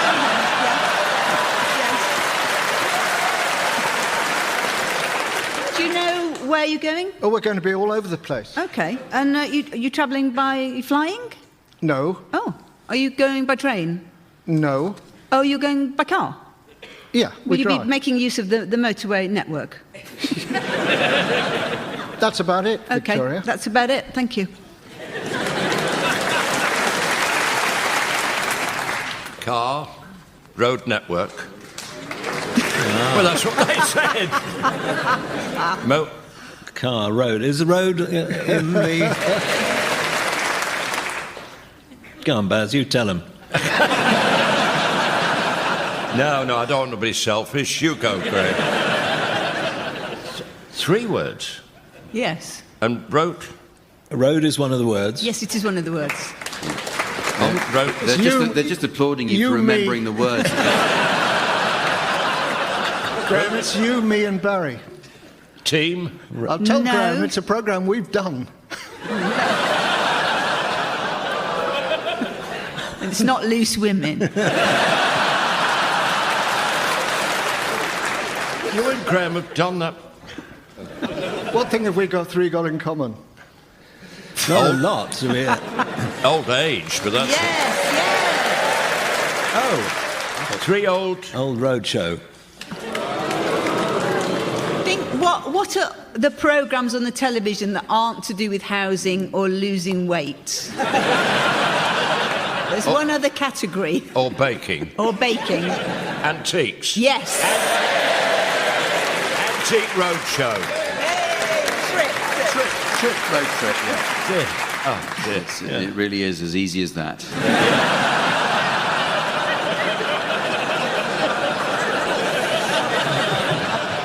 Well, it's your turn now, Barry and Graeme, and your title is now being exhibited on the display board. Here again is the mystery voice for listeners at home. Pale Rider. Pale Rider. And it's 2 words, and it goes like this. Hamish! Dougal, you'll have had your tea. Tea? No, I'm on my way to Rabbi Burns' trendy new winery, the Bar Mitzvah. So am I. Tonight it's a Wild West themed evening. Oh, that explains your get-up. Oh, real cowboy shirt. Aye. Real cowboy boots. Oh, and a real cowboy kilt. Oh. And do I spy a fine pair of revolvers? Oh, they'll settle down in a minute. Oh, well, that's all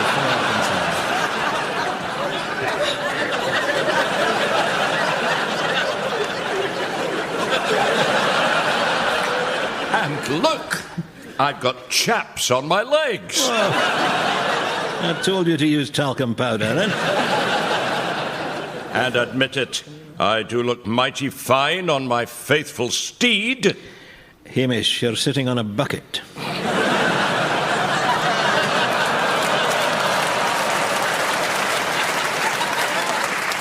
Bucket. Pale. Pale, I can't think what else it is, no. Pale... Pale Rider. Yes.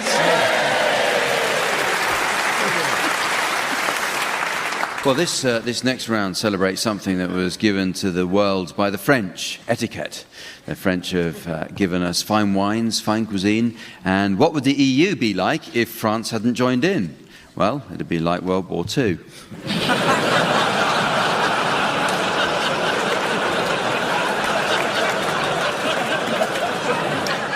Etiquette in this country was at its height in the 19th century. I have here some snippets of advice from genuine Victorian books of etiquette from which certain key words or phrases have been removed, and the team's job is to complete the missing sections. So this first bit about etiquette applies to dinner parties. If at dinner you are requested to help anyone to sauce, do not... Pinch their bum and tell them the one about the nun and the goat. says here, do not pour it over the meat or vegetables, but on one side. Oh. Yeah.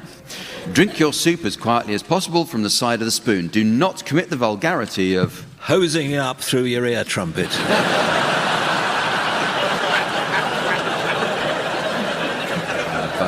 Blowing onto it, it says here. If a dish is distasteful to you, decline it, but make no remarks about it. I have seen a well-dressed, tempting dish go from a table untouched because one of the company told a most disgusting anecdote about... Mary Berry and a knob of butter.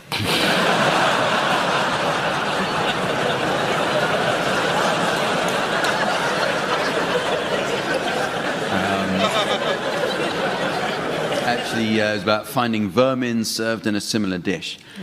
Never speak while you have anything in your... pretty little head.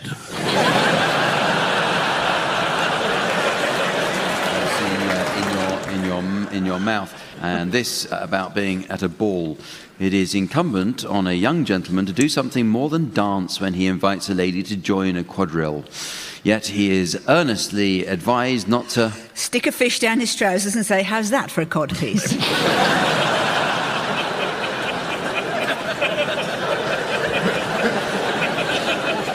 He says, limit his conversation to remarks on the weather and the heat of the room. And on the subject of conversation, remember that all slang is vulgar. It has become of late unfortunately prevalent, and we know many ladies who pride themselves on the saucy chic with which they adopt certain Americanisms and other cant phrases of the day. Such habits cannot be too severely reprehended. They lower the tone of society and... Yo, homie's gonna be like boo dat, biatch.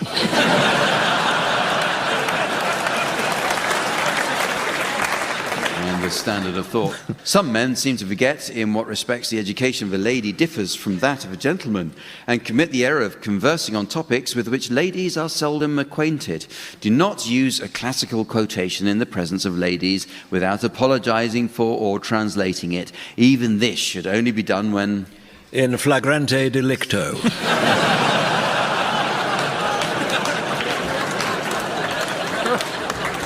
when no other phrase would so aptly express your meaning.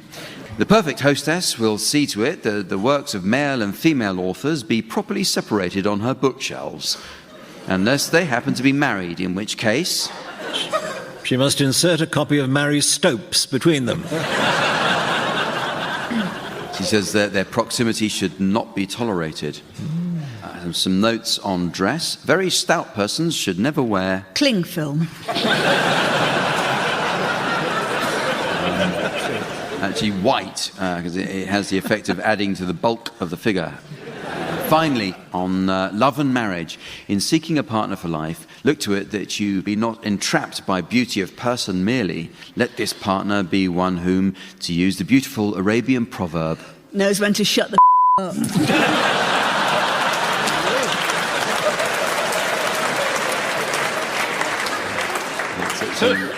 up. We're not at home to Mrs. Pottymouth. It's actually, you can make the keeper of your soul. Okay, well, it's very nearly the end of the show, but there is just time to fit in a round of Pensioners Film Club. Now, we should spare a thought for our senior members of society, as many are finding times particularly tough. Tim Brooke-Taylor has an elderly maiden aunt who's going to struggle to pay her heating bills this winter, now that Tim's got hold of her pension book. So, teams, your suggestions, please, of movies likely to entertain an audience of senior citizens. So you can start, please, Graeme. A Wheelchair Named Desire. Barry. Death Wish. Tim. Oh, brother, where am I? Victoria. All the sterident men.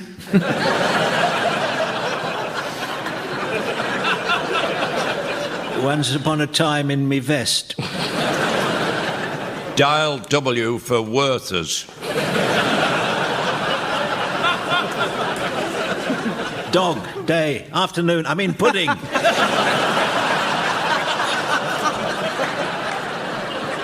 39 steps. What did I come up here for? chicks on a train.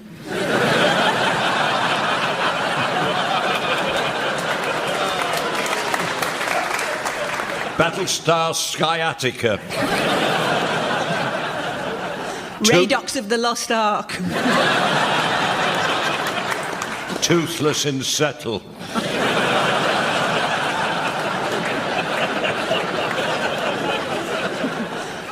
Not so great expectations. Medicating Rita.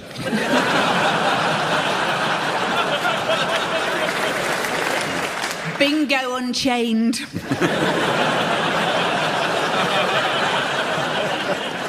Desperately Leaking Susan.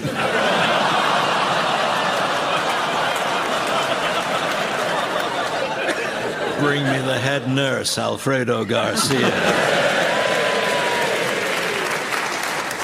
And so, ladies and gentlemen, as the continuity announcer of Destiny tells the listeners of Time, the programme they just heard was made in Salford, and the listeners of Time decide they couldn't give a toss where it was made. I know that it's the end of the show. So from the team, Samantha, myself, and our audience here in Drury Lane, it's goodbye. Goodbye.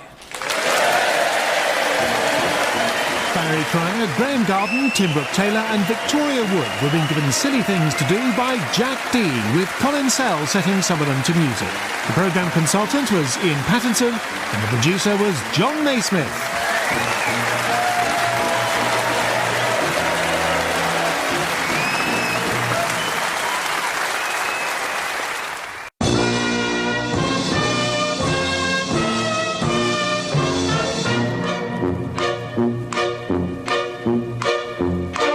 We present I'm Sorry I Haven't a Clue, the antidote to panel games.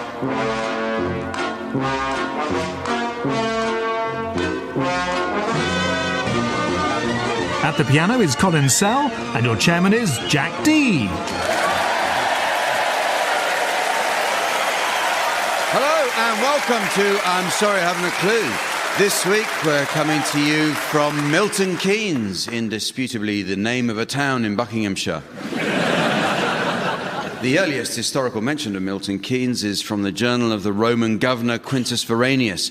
He arrived here from Gaul with the 7th Legion in AD 57 with 500 chariots, 1,000 Nubian slaves, and 200 wagons laden with materials to build a forum and an amphitheatre. Had a look, turned round and went back again.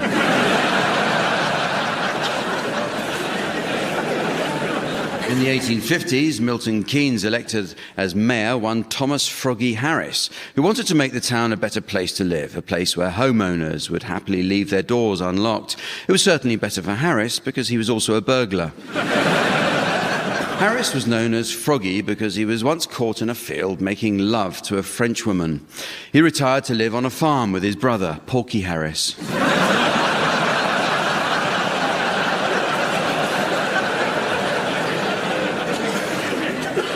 The nearby office block, known as Walton Hall, is the headquarters of the National Union of Students. So we should say hello to them. Or, if they're listening to the lunchtime repeat, get up, you lazy bastards.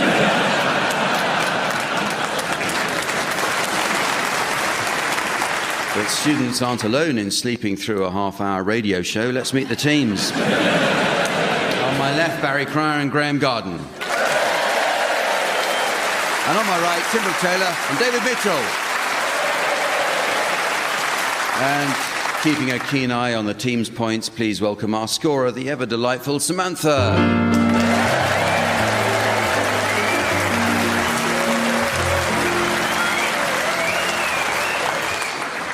Well, the first round this week is about movie titles that have been written wrongly. I'd like the teams to suggest well-known movies which would have been much less appealing if just one extra word was added to the title. So, Barry, can you start?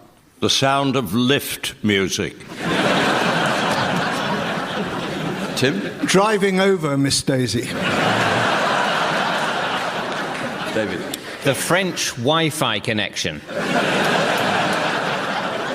Graeme? A Clockwork Orange clock.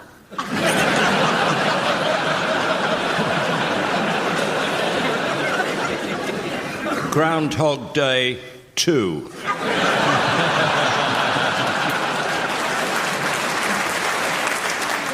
Life of Brian Sewell. No country file for old men.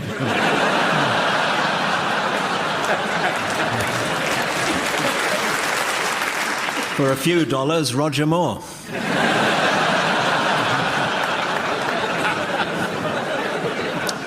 From Russia with love handles. Lord of the napkin rings. Tax Return of the Jedi. Handy Gandy.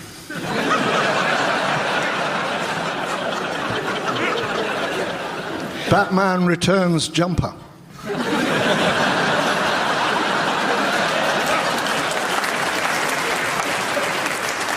Well, it's music time now, with a round called One Song to the Tune of Another. Now, this is where the teams take two songs and mix up the wrong tune with the wrong words. It's a kind of musical dyslexia, so Barry Crash should be good at this. Barry developed trauma-induced dyslexia after he was threatened by a man with a canoe.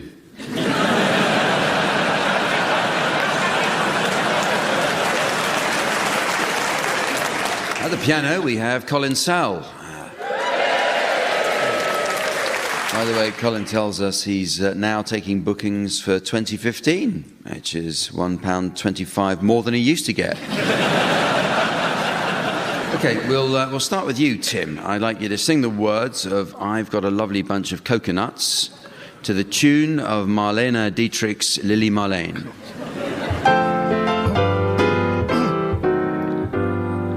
I've got a lovely bunch of coconuts. They're all standing in a row. Big ones, small ones, some as big as your head. Give them a twist, a flick of the wrist. That's what the showman said. I've got a lovely bunch of coconuts. Every ball you throw will make me rich. There stands my wife, the idol of my life, singing roll a ball, a penny a pitch. Roll a ball, a penny a pitch. Roll a ball, a penny a pitch. Thank you. You now, Barry, I'd like you to sing the words of The Sound of Silence by Simon and Garfunkel to the tune of Down at the Old Bull and Bush. Hello, darkness, my old friend. I've come to talk with you again. Na, na, na, na. A vision softly creeping left the seats while I was sleeping. The vision that was planted in my brain still remains within the sound of silence. In restless dreams I walked alone on narrow streets of cobblestone. Neath the halo of a street lamp I turned my collar to the cold. Na na na na na. Then when my eyes were stabbed by the flash of a neon light that slid, that I touched the sound of silence. In the naked light I saw 10,000 people, maybe more, people talking without speaking.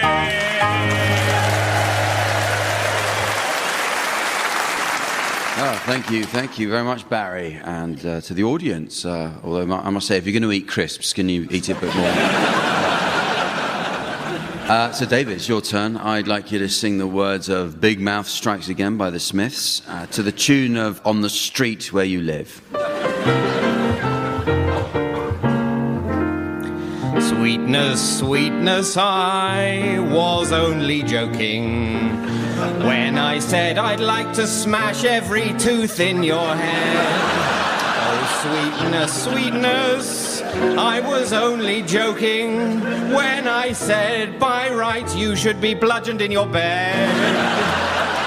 And now I know how Joan of Arc felt now. I know how Joan of Arc felt as the flames rose to her Roman nose and her Walkman and started to melt, oh big mouth, la da dum da da.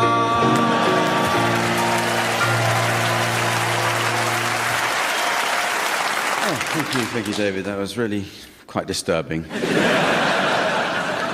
Graeme, now, I'd like you to sing the words of I'm Too Sexy by Right Said Fred to the tune of Frere Jacques.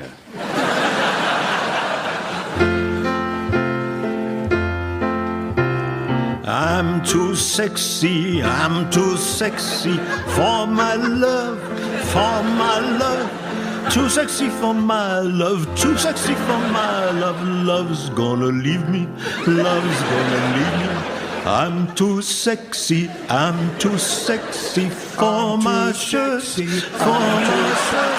Too sexy for my shirt, too sexy for my shirt.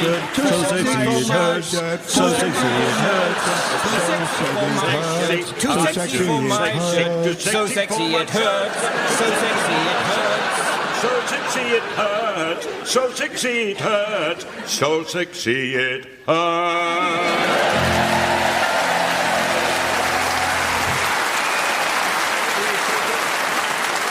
The next game is called Word for Word. It's where each team takes it in turn to exchange a series of unrelated words while the opposing team tries to identify any connections between these words. Now, I must caution the teams, as recently the rules have been stretched almost to a state of cheating by panellists repeating certain words. So if you hear more or less the same words over and over again with barely a hint of variation, you're probably listening to the Archers.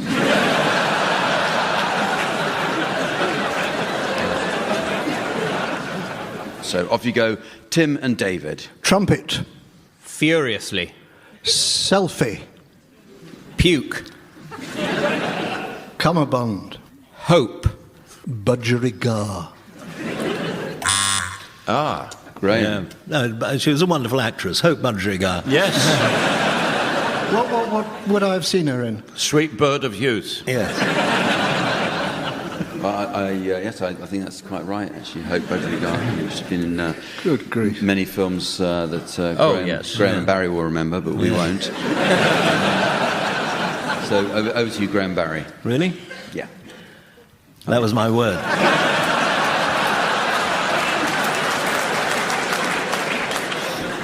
Definitely. Pie. Bucolic. Well, we can't ignore the fact that someone buzzed in there, and it was Graeme. And Graeme buzzed in before he was about to... Did you notice a connection between the one word that had been said in that round? Yeah, I did. It was the same word. Fair enough. So now you can start again, please, Graeme. Now? Yes, please. Oh. That was my...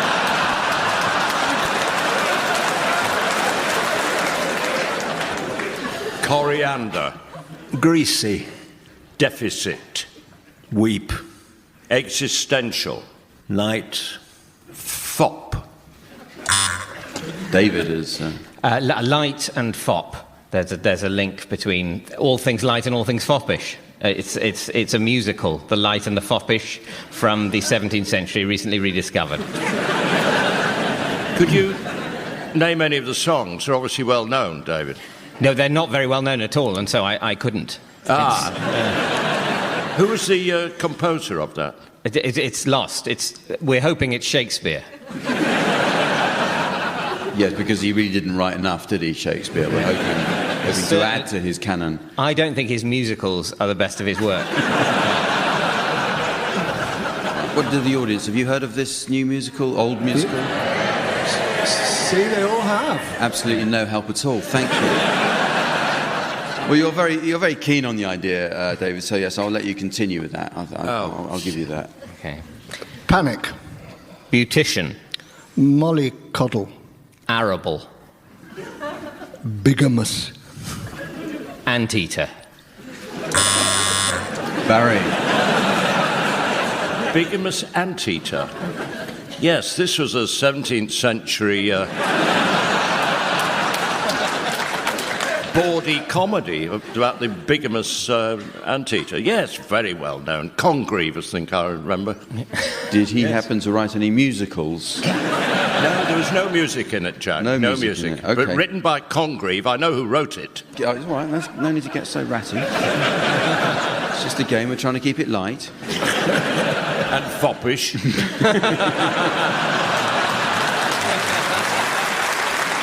So over to you, Graeme and Barry. Oh, come on. Hesitation. I'm sorry. As we're playing the game, I'm just remembering that there needs to be some sort of conclusion or end to it. And I'm realising that it's up to me to finish the game by pressing this button. So at some point I will, just to let you know there is light at the end of the tunnel. A foppish light at the end. Yes. So yeah, Barry and Graeme. Turbot.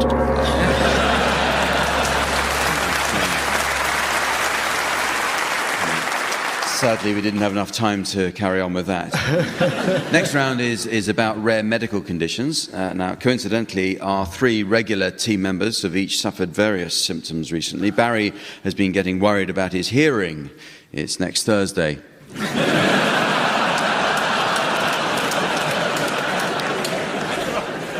Graeme got very angry when he developed schizophrenia, but he tried not to beat himself up about it. And Tim says he's been feeling funny all week. That certainly seems to have cleared up.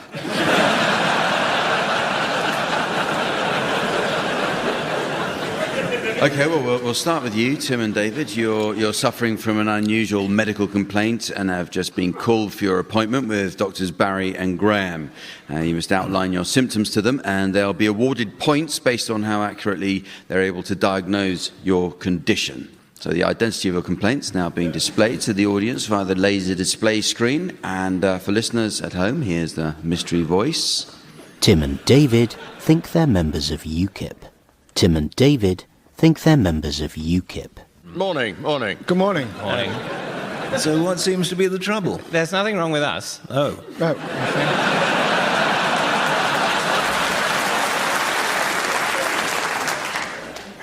Is there any kind of problem that you are encountering? Oh, tell me about it. It's a problem everyone's encountering. Exactly. It's just we're happy to discuss it. Other people aren't. Yeah. It's a problem, we're just talking about it. Is there a political context?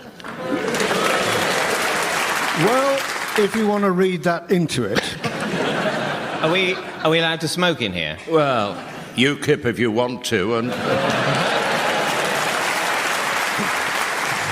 Yeah, they think they're members of UKIP. That's right. So your turn to be patients now, Barry and Graeme, and the identity of your mystery medical condition will now be displayed to the audience, while here again is the mystery voice for listeners at home. Barry and Graeme are zombies. Barry and Graeme are zombies. Do come in. Thank you. Thank you. Don't sit down. Well, we can't, really. We're just fed up, generally. Yeah. We're not popular. No. Life is dreary. We find life very dreary. We do. Nearly every context when we're out and about, people react badly to us. They do. They're terrible trouble getting a table in a restaurant. That's right. They won't let us on buses. No. And the clothes we wear are not exactly haute couture. Some people have shot at us. Yes. You're like almost everybody I know. Miserable sods, basically. Are you human beings? Oh, yeah. Right. Oh, yes. More or less. And we can't run. We can hardly walk. Barely properly. walk, really. And holding your hands out in front of you is very tiring. It's just misery, actually. We feel more dead than alive sometimes. Do you feel like you just want to wrap yourself up in bandages and be protected from the world? No. No. Do you feel... It sort of feels like you've barely woken up all the time. You're in a sort of almost a zombie state.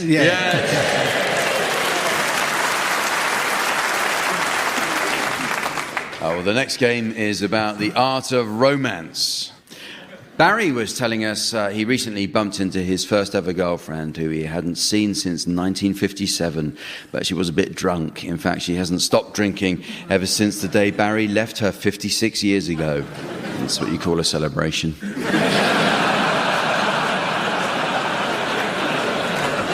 Now, in this round, I'll provide the first part of some examples of romantic literature, which the team should complete in the least romantic manner possible.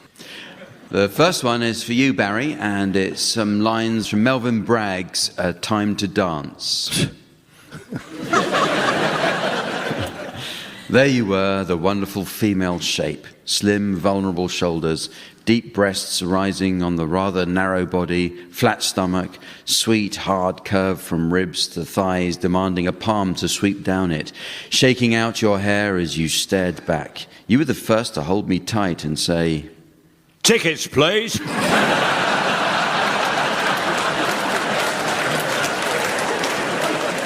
Say how much you loved it. I didn't know Melvin Bragg wrote crap.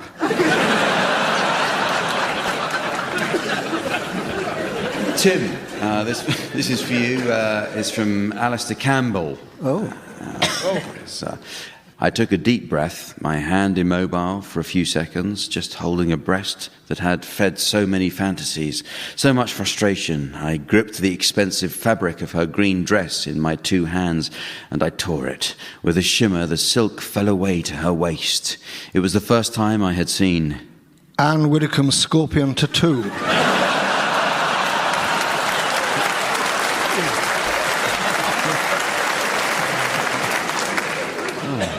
I don't think it was the first time myself. All right, David, your lines to complete are from the Song of Solomon in the King James Bible. The voice of my beloved, behold, he cometh leaping upon the mountains, skipping upon the hills. My beloved is like a roe or a young hart. Behold, he standeth behind our wall. He looketh forth at the windows, showing himself through the lattice. My beloved spake and said unto me, Bah!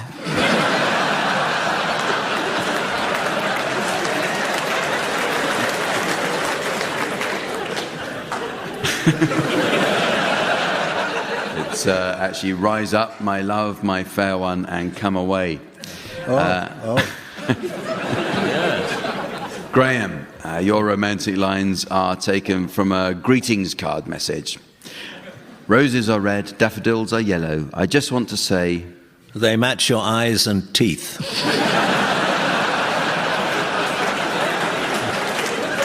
You're a real handsome fellow. Back to you, Barry, and it's another one from a greetings card message. Your hair is brown, your eyes are blue. Have I told you lately? I'm overdue.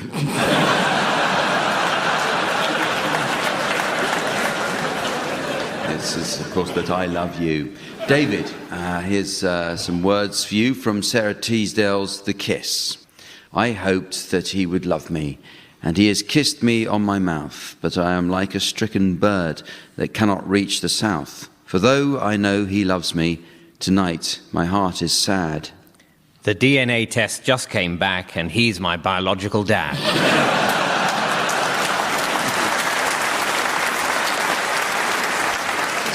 His kiss was not so wonderful as all the dreams I had. Graeme, greetings card again for you. I've known men that make me cry. I didn't want to give love another try. You told me gently to let it go, and now it's time to let you know. I have just gently let one go.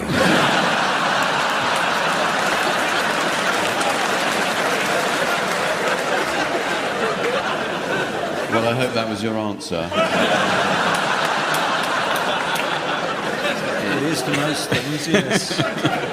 It actually reads, it was by chance that I met you and found a love that's always true. Here are some for any of you to have a go at. This is from another greetings card. I love you when you're distant. I love you when you're close. And today I want to tell you... I prefer you when you're distant.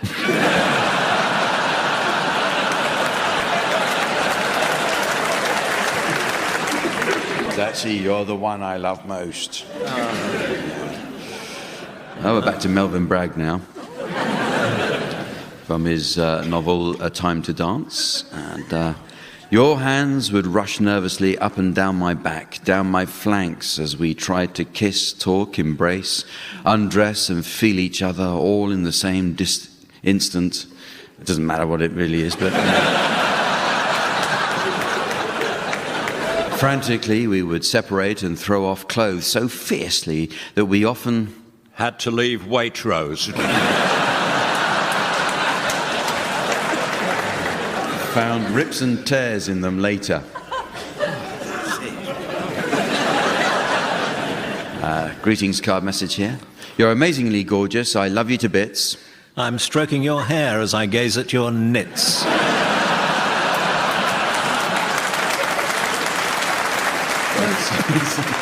She says, so I've bought you this ring. I hope it fits. That's a romantic way to propose, isn't it? Give someone a ring. I bought you this ring. I hope it fits. If it doesn't, I'll ask someone else. And finally, this from Mills and Boone. Strong arms clasped her waist, brought her gently down to the floor to lie with him on the colonial quilt. Oh, Elizabeth, I love you. She gasped, a joyous, surprised sound. And then she melted, absolutely melted. Melted against him, melted out of her clothes, melted out of her mind. All she knew was that he loved her, and... she was a snowman.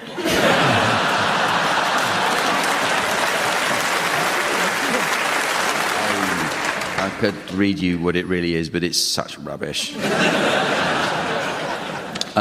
Yes, well, it is very nearly the end of the show, but there is just time for a round that will appeal to food lovers. Incidentally, there are some seasonal recipes on our website, including one for Nigella Lawson's Christmas Cake. Cake!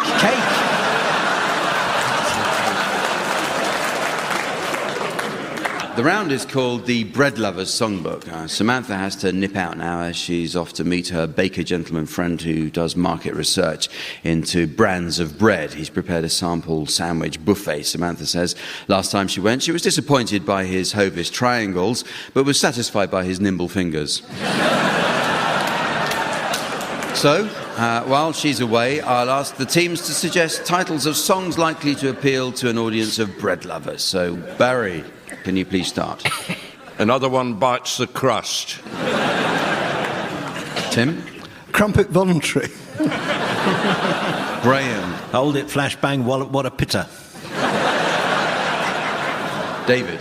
Focaccia falling star. Where has all the flour gone? Shake, shake, shake, shake your butty. When a man loves a Warburton. It's my chapati and I'll fry if I want to. Ain't no sun blessed when he's gone. Stand by your nan. Donut leave me this way.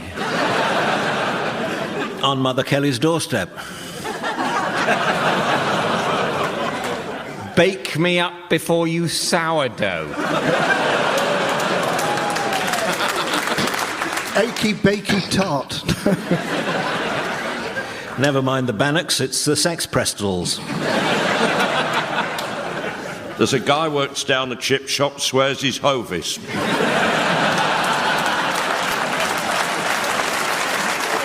And so, ladies and gentlemen, as the great white shark of time noses around the corals of eternity and terrified punters flee from a shark-infested betting shop, I notice it's the end of the show. So from the teams, Samantha, myself and our audience here in Milton Keynes, it's goodbye. Goodbye. Barry Cryer, Graeme Garden, Tim Brooke-Taylor and David Mitchell were being given Silly Things to Do by Jack D, with Colin setting some of them to music. The programme consultant was Ian Pattinson and the producer was John Naismith.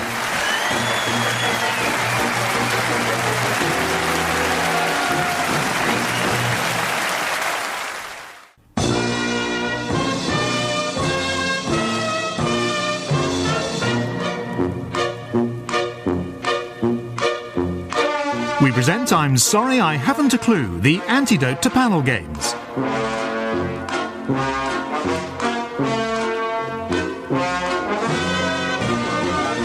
At the piano is Colin Sell, and your chairman is Jack D. Hello, and welcome to I'm Sorry I Haven't a Clue. You join us today in Milton Keynes.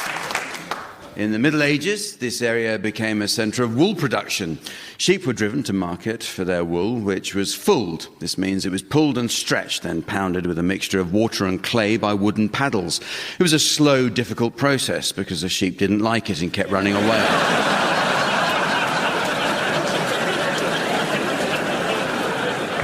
Milton Keynes was once a centre of pigeon racing.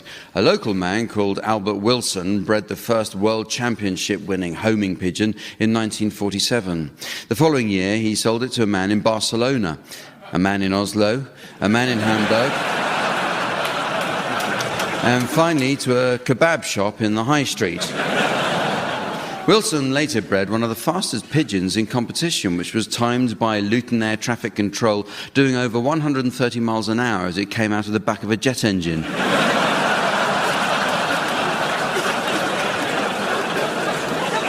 Until 1987, Marlborough Gate was the headquarters of the Flat Earth Society, but they disbanded after their membership fell off. The journalist and TV presenter Robert Robinson lived nearby. He was most famous for hosting Call My Bluff, where panellists had to pretend they didn't know the meaning of certain words, such as comb over, for example.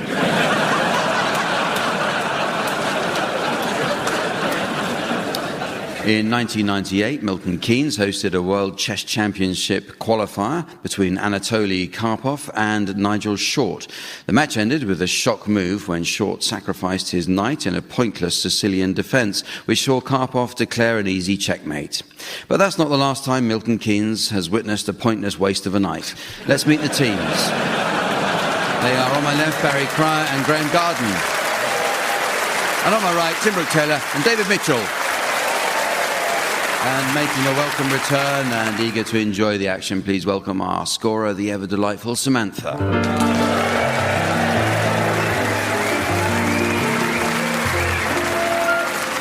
OK, well, we start this week with another look at the Uxbridge English Dictionary. The English language has many useful words, but not everyone understands the meanings of apparently similar terms. For example, let's look at the difference between stocks and shares. Well, stocks are the units of ownership in public companies quoted on the stock exchange. A company creates stocks when it fixes its capital in terms of a monetary amount and then sells different proportions to investors, whereas shares, that American singer who's had all the plastic surgery.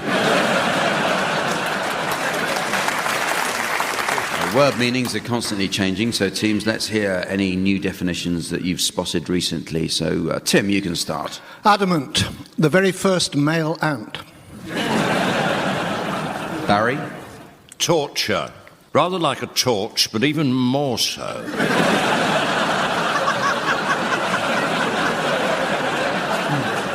Graeme? Minion, a tiny shallot. David? Diagnose, a proboscis which starts on the top right of the face and finishes on the bottom left. Buoyant, Adamant's son. Descant, an ant with an office job. Forebears, a really terrible night for Goldilocks. Distant, an ant who's been slagged off.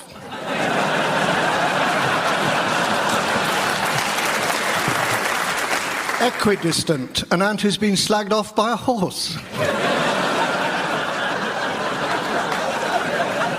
Offend, to circumcise. Hydrant, an ant with 3 heads. Mutant, an ant who's lost his voice. Trash. What makes you itch in Yorkshire? Fielding, to find a bell in the dark.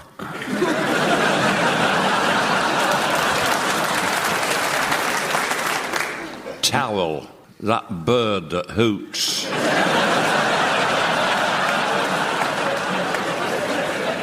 Tyrant, an ant who works for Quick Fit. Forecast.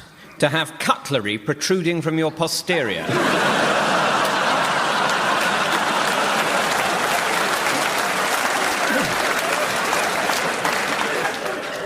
Gangster, a criminal pasty. Incessant, an ant who's sleeping with his sister.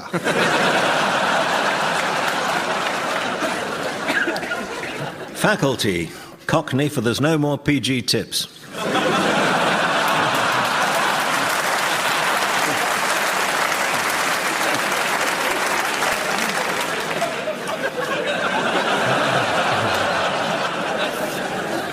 The teams are going to display their acting skills now in the round called Sound Charades. Sound Charades is closely based on the old TV favourite Give Us a Clue. The undisputed mime master of Give Us a Clue was, of course, Lionel Blair. Lionel has graced our TV screens for over 40 years. Dancing, singing and telling jokes are just 3 ways to keep yourself occupied when he's on.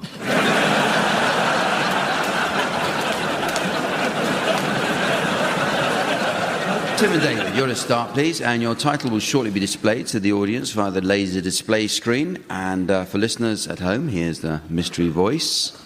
Call the midwife. Call the midwife. Okay, right, so off you go, Tim and David. It's 3 words, and it's a television programme. What's it called?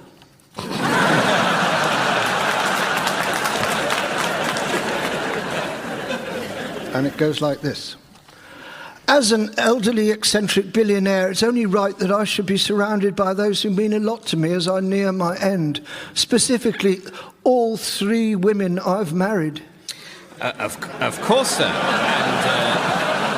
And Brittany, your current spouse, is here, of course? Oh, well, what of Doris, my childhood sweetheart, who I divorced to celebrate making my first million? Yes, she's here, sir. And Patricia? I'm afraid she hasn't turned up. Telephone her immediately!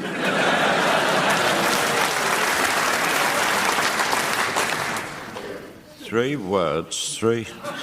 The 3 wives. Doris was the first one. Who was the last one? Brittany. Brittany Spears. And Pat was the mid one. Hey. So, time's up. Call the midwife. Correct. The thing is, Graeme does crosswords, and I'm actually doing one at the moment.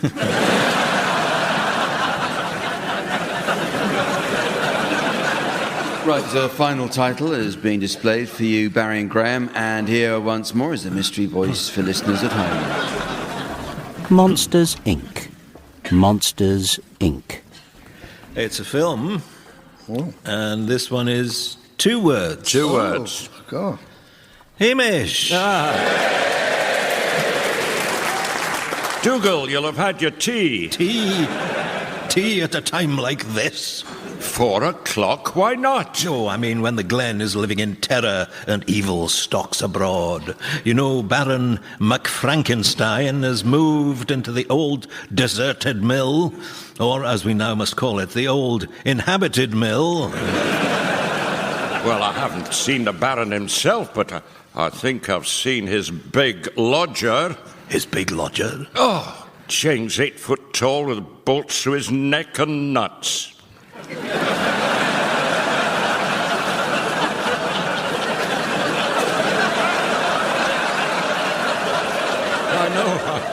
I know, it surprised me too. Well, that hideous monstrosity is a creature of the Baron's twisted mind. Oh. And it is vital not to annoy the giant, or he will seek a terrible vengeance. Oh, dearie me! Oh, Hamish, what have you done? Well, the creature wasn't looking. Aye. I borrowed a bottle of his royal blue writing fluid for my fountain pen. Then you're doomed. The hideous ogre will tear you to bits. But why? Because you stole the... Goodbye.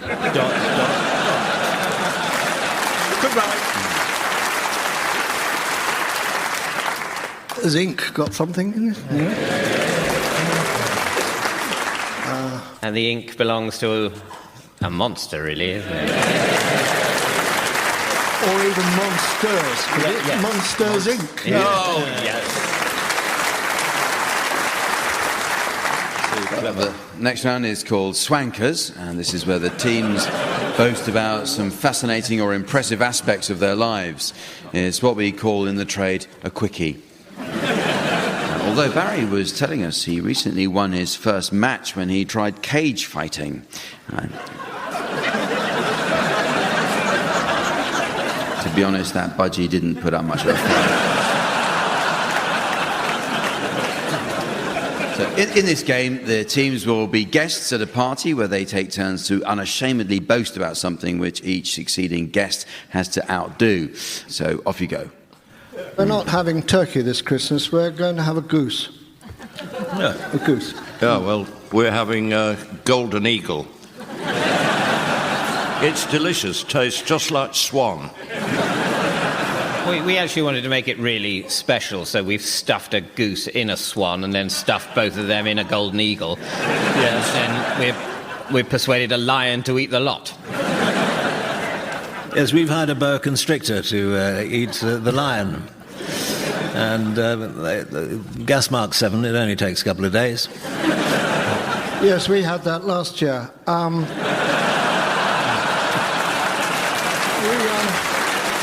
We're getting the entire population of the Battersea Dogs home, and we're going to eat them. But we'll also make a huge donation to the Battersea Dogs home. Yeah. We're having a fowl and a duck. Fowl and duck. Could you put that together and it's called a dowel. Well, yes, we're having several dowels and dogs' homes to eat on Christmas Eve, and then we're actually going away for Christmas just to get away from it all. So we're going somewhere hot where it also snows. Yes, very wise. We're economising too. And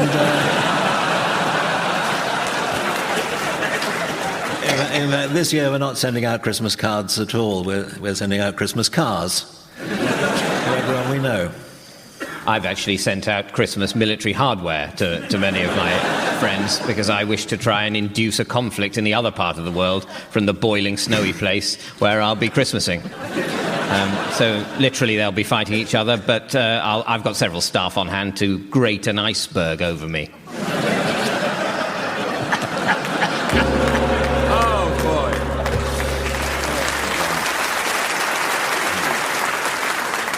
Well, it's now time to play the game called Mornington Crescent. But first I'm told by the postroom that we've received more letters this week than ever before. It comes from a Mrs. Trellis of North Wales. She writes, "Dear you and yours, I'm concerned about the poles I've got holding my washing line up. I think they might actually be Ukrainians. Yours sincerely, Mrs. Trellis." Well, this week it's the seldom played original Metropolitan Rules version of the game. And there's not too much to worry about, teams, saving, of course, the notorious Pimlico proviso. But just to be on the safe side, I will allow use of the sat-nav. So, Tim, will you start, please? Well, I'll just try and see what I should do. Continue on the current road. Oh, right. Oh, so that's Euston Road. So I will go to Fairlop, I think. Fairlop? That's what I said. Yes, but... Oh, boy, that's thrown me a bit. You are approaching a speed camera. What shall I do? Say cheese. Oh.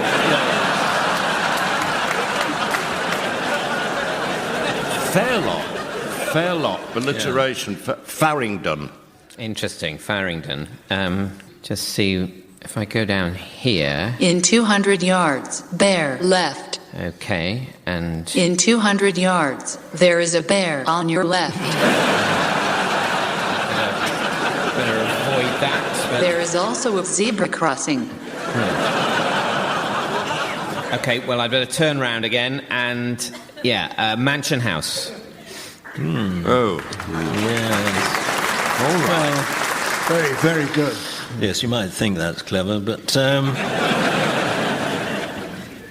well, I could do Charing Cross there, but no, Pimlico proviso. I think it would need to be carry on to London Bridge or something like that. There is no service between Charing Cross and London Bridge due to emergency incompetence.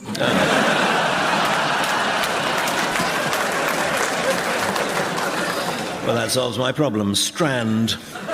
Strand? Yep. In that case, I think I'll go Old Kent Road. Not that road. Why not? That road goes to Milton Keynes. Right, then in that case, I'll go to Albemarle Street. Albemarle Street. Block Pimlico. God, I'm blocked here, I'm blocked. Dord Struth Mate. Notting Hill Gate. Who gives a toss? Charing Cross. Okay. You can do it, you can do it. Okay, maybe if You have strayed into Milton Keynes. Okay, but no, I think I can... Take first exit after the 27th roundabout.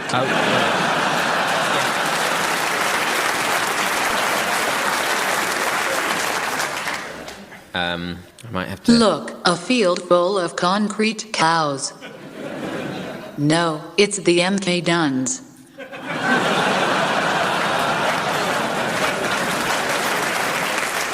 I think I'm all right. Chalk Farm. Ooh, pushing your luck, I think. Now, what's happening here? You are approaching a congestion charge zone. Take your numbered plates off.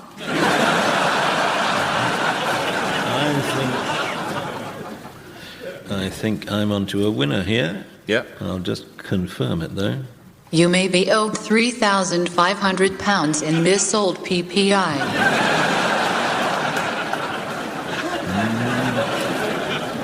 Not the advice I was hoping for, but I'll go to Camden Town.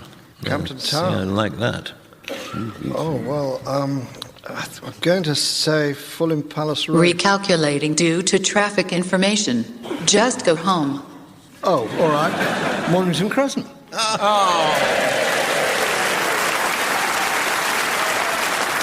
This next game is called Just a Minute, and it's a musical version of the long-running wireless favourite Just a Minute. So take it away, Colin. Colin, I said, take it away. Take the piano. Take the piano away. So as the... Don't encourage him. So, as the minute waltz gently fades, please welcome the four enthusiastic, effervescent, exciting, exotic players who are lively, entertaining, quick-witted, comical, so very, very talented and barely audible over the noise of the audience reaching for their sick bags. David, you ought to go first, and the song I'd like you to sing with your usual wit and wisdom without hesitation, deviation, or repetition is He's Got the Whole World in His Hands. He's got the whole world in his hands. The man has the entire planet within his grasp. He's got the entire... Graeme has challenged there. I think I know the nature of your challenge. Is it by any chance unutterably petty?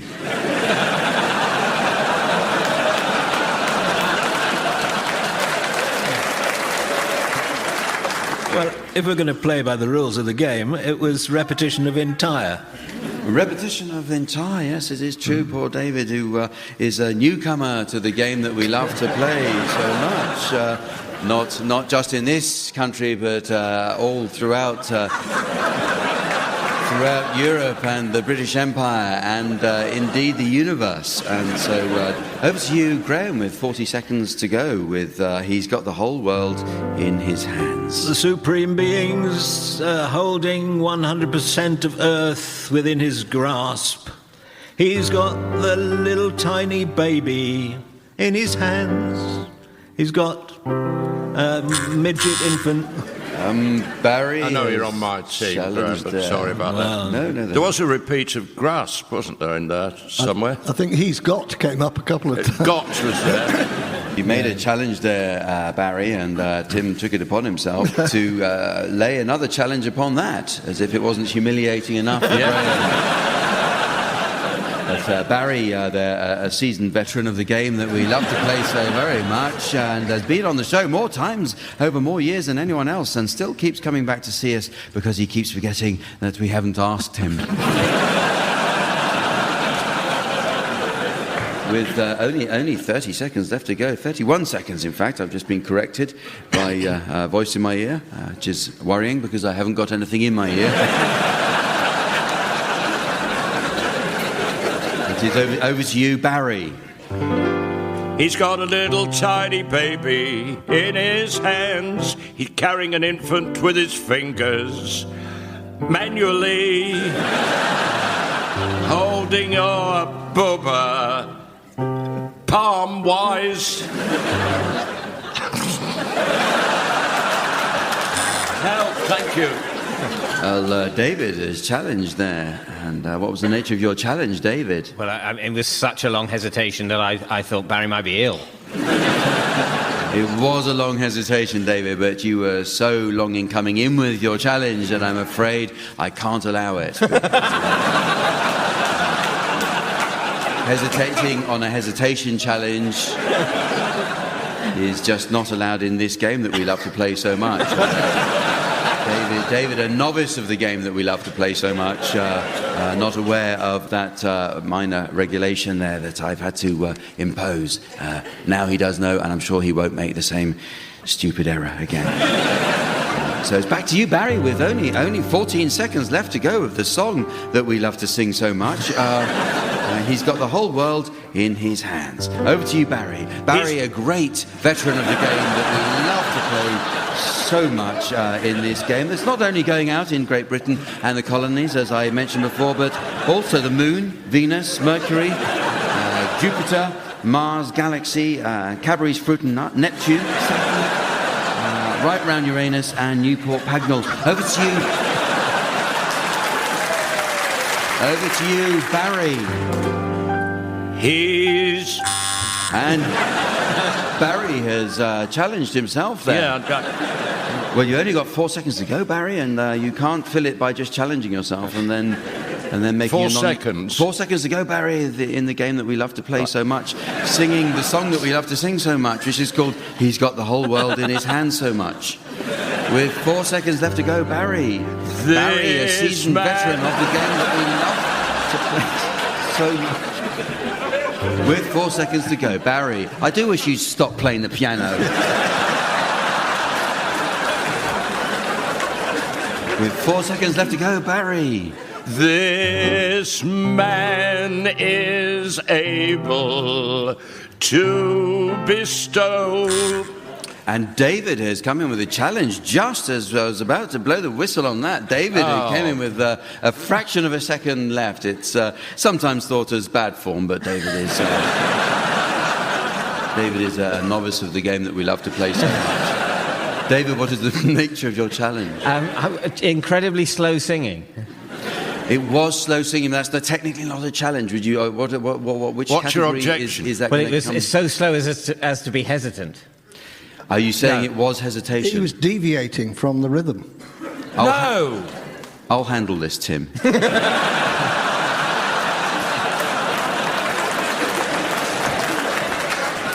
I can allow that. I think it was a fair challenge that David has come in with, and because the audience enjoyed your challenge so much as well, I'm going to give you a bonus point and a fluffy toy and a book token.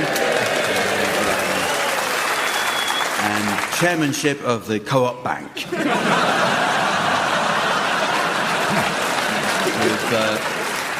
So back to David with a 14th of a second left to go of the song that we love to sing so much in the game that we love to play so much. He's got... And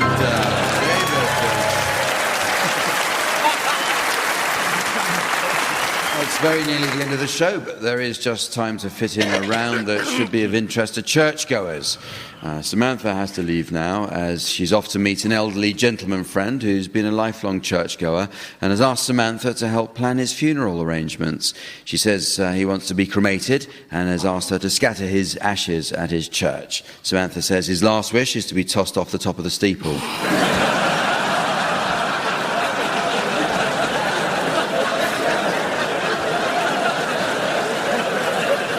So while she's away doing that, I'll ask the teams to suggest the titles of movies that would be sure to delight an audience of churchgoers.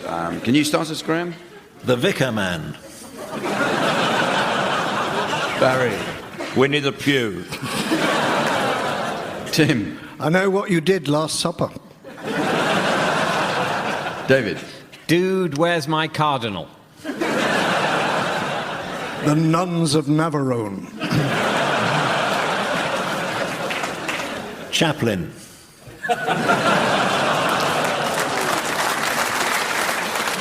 Confessions of a Stained Glass Window Cleaner.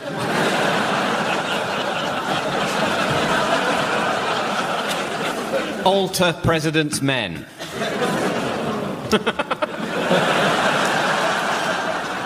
Predator versus Episcopalian.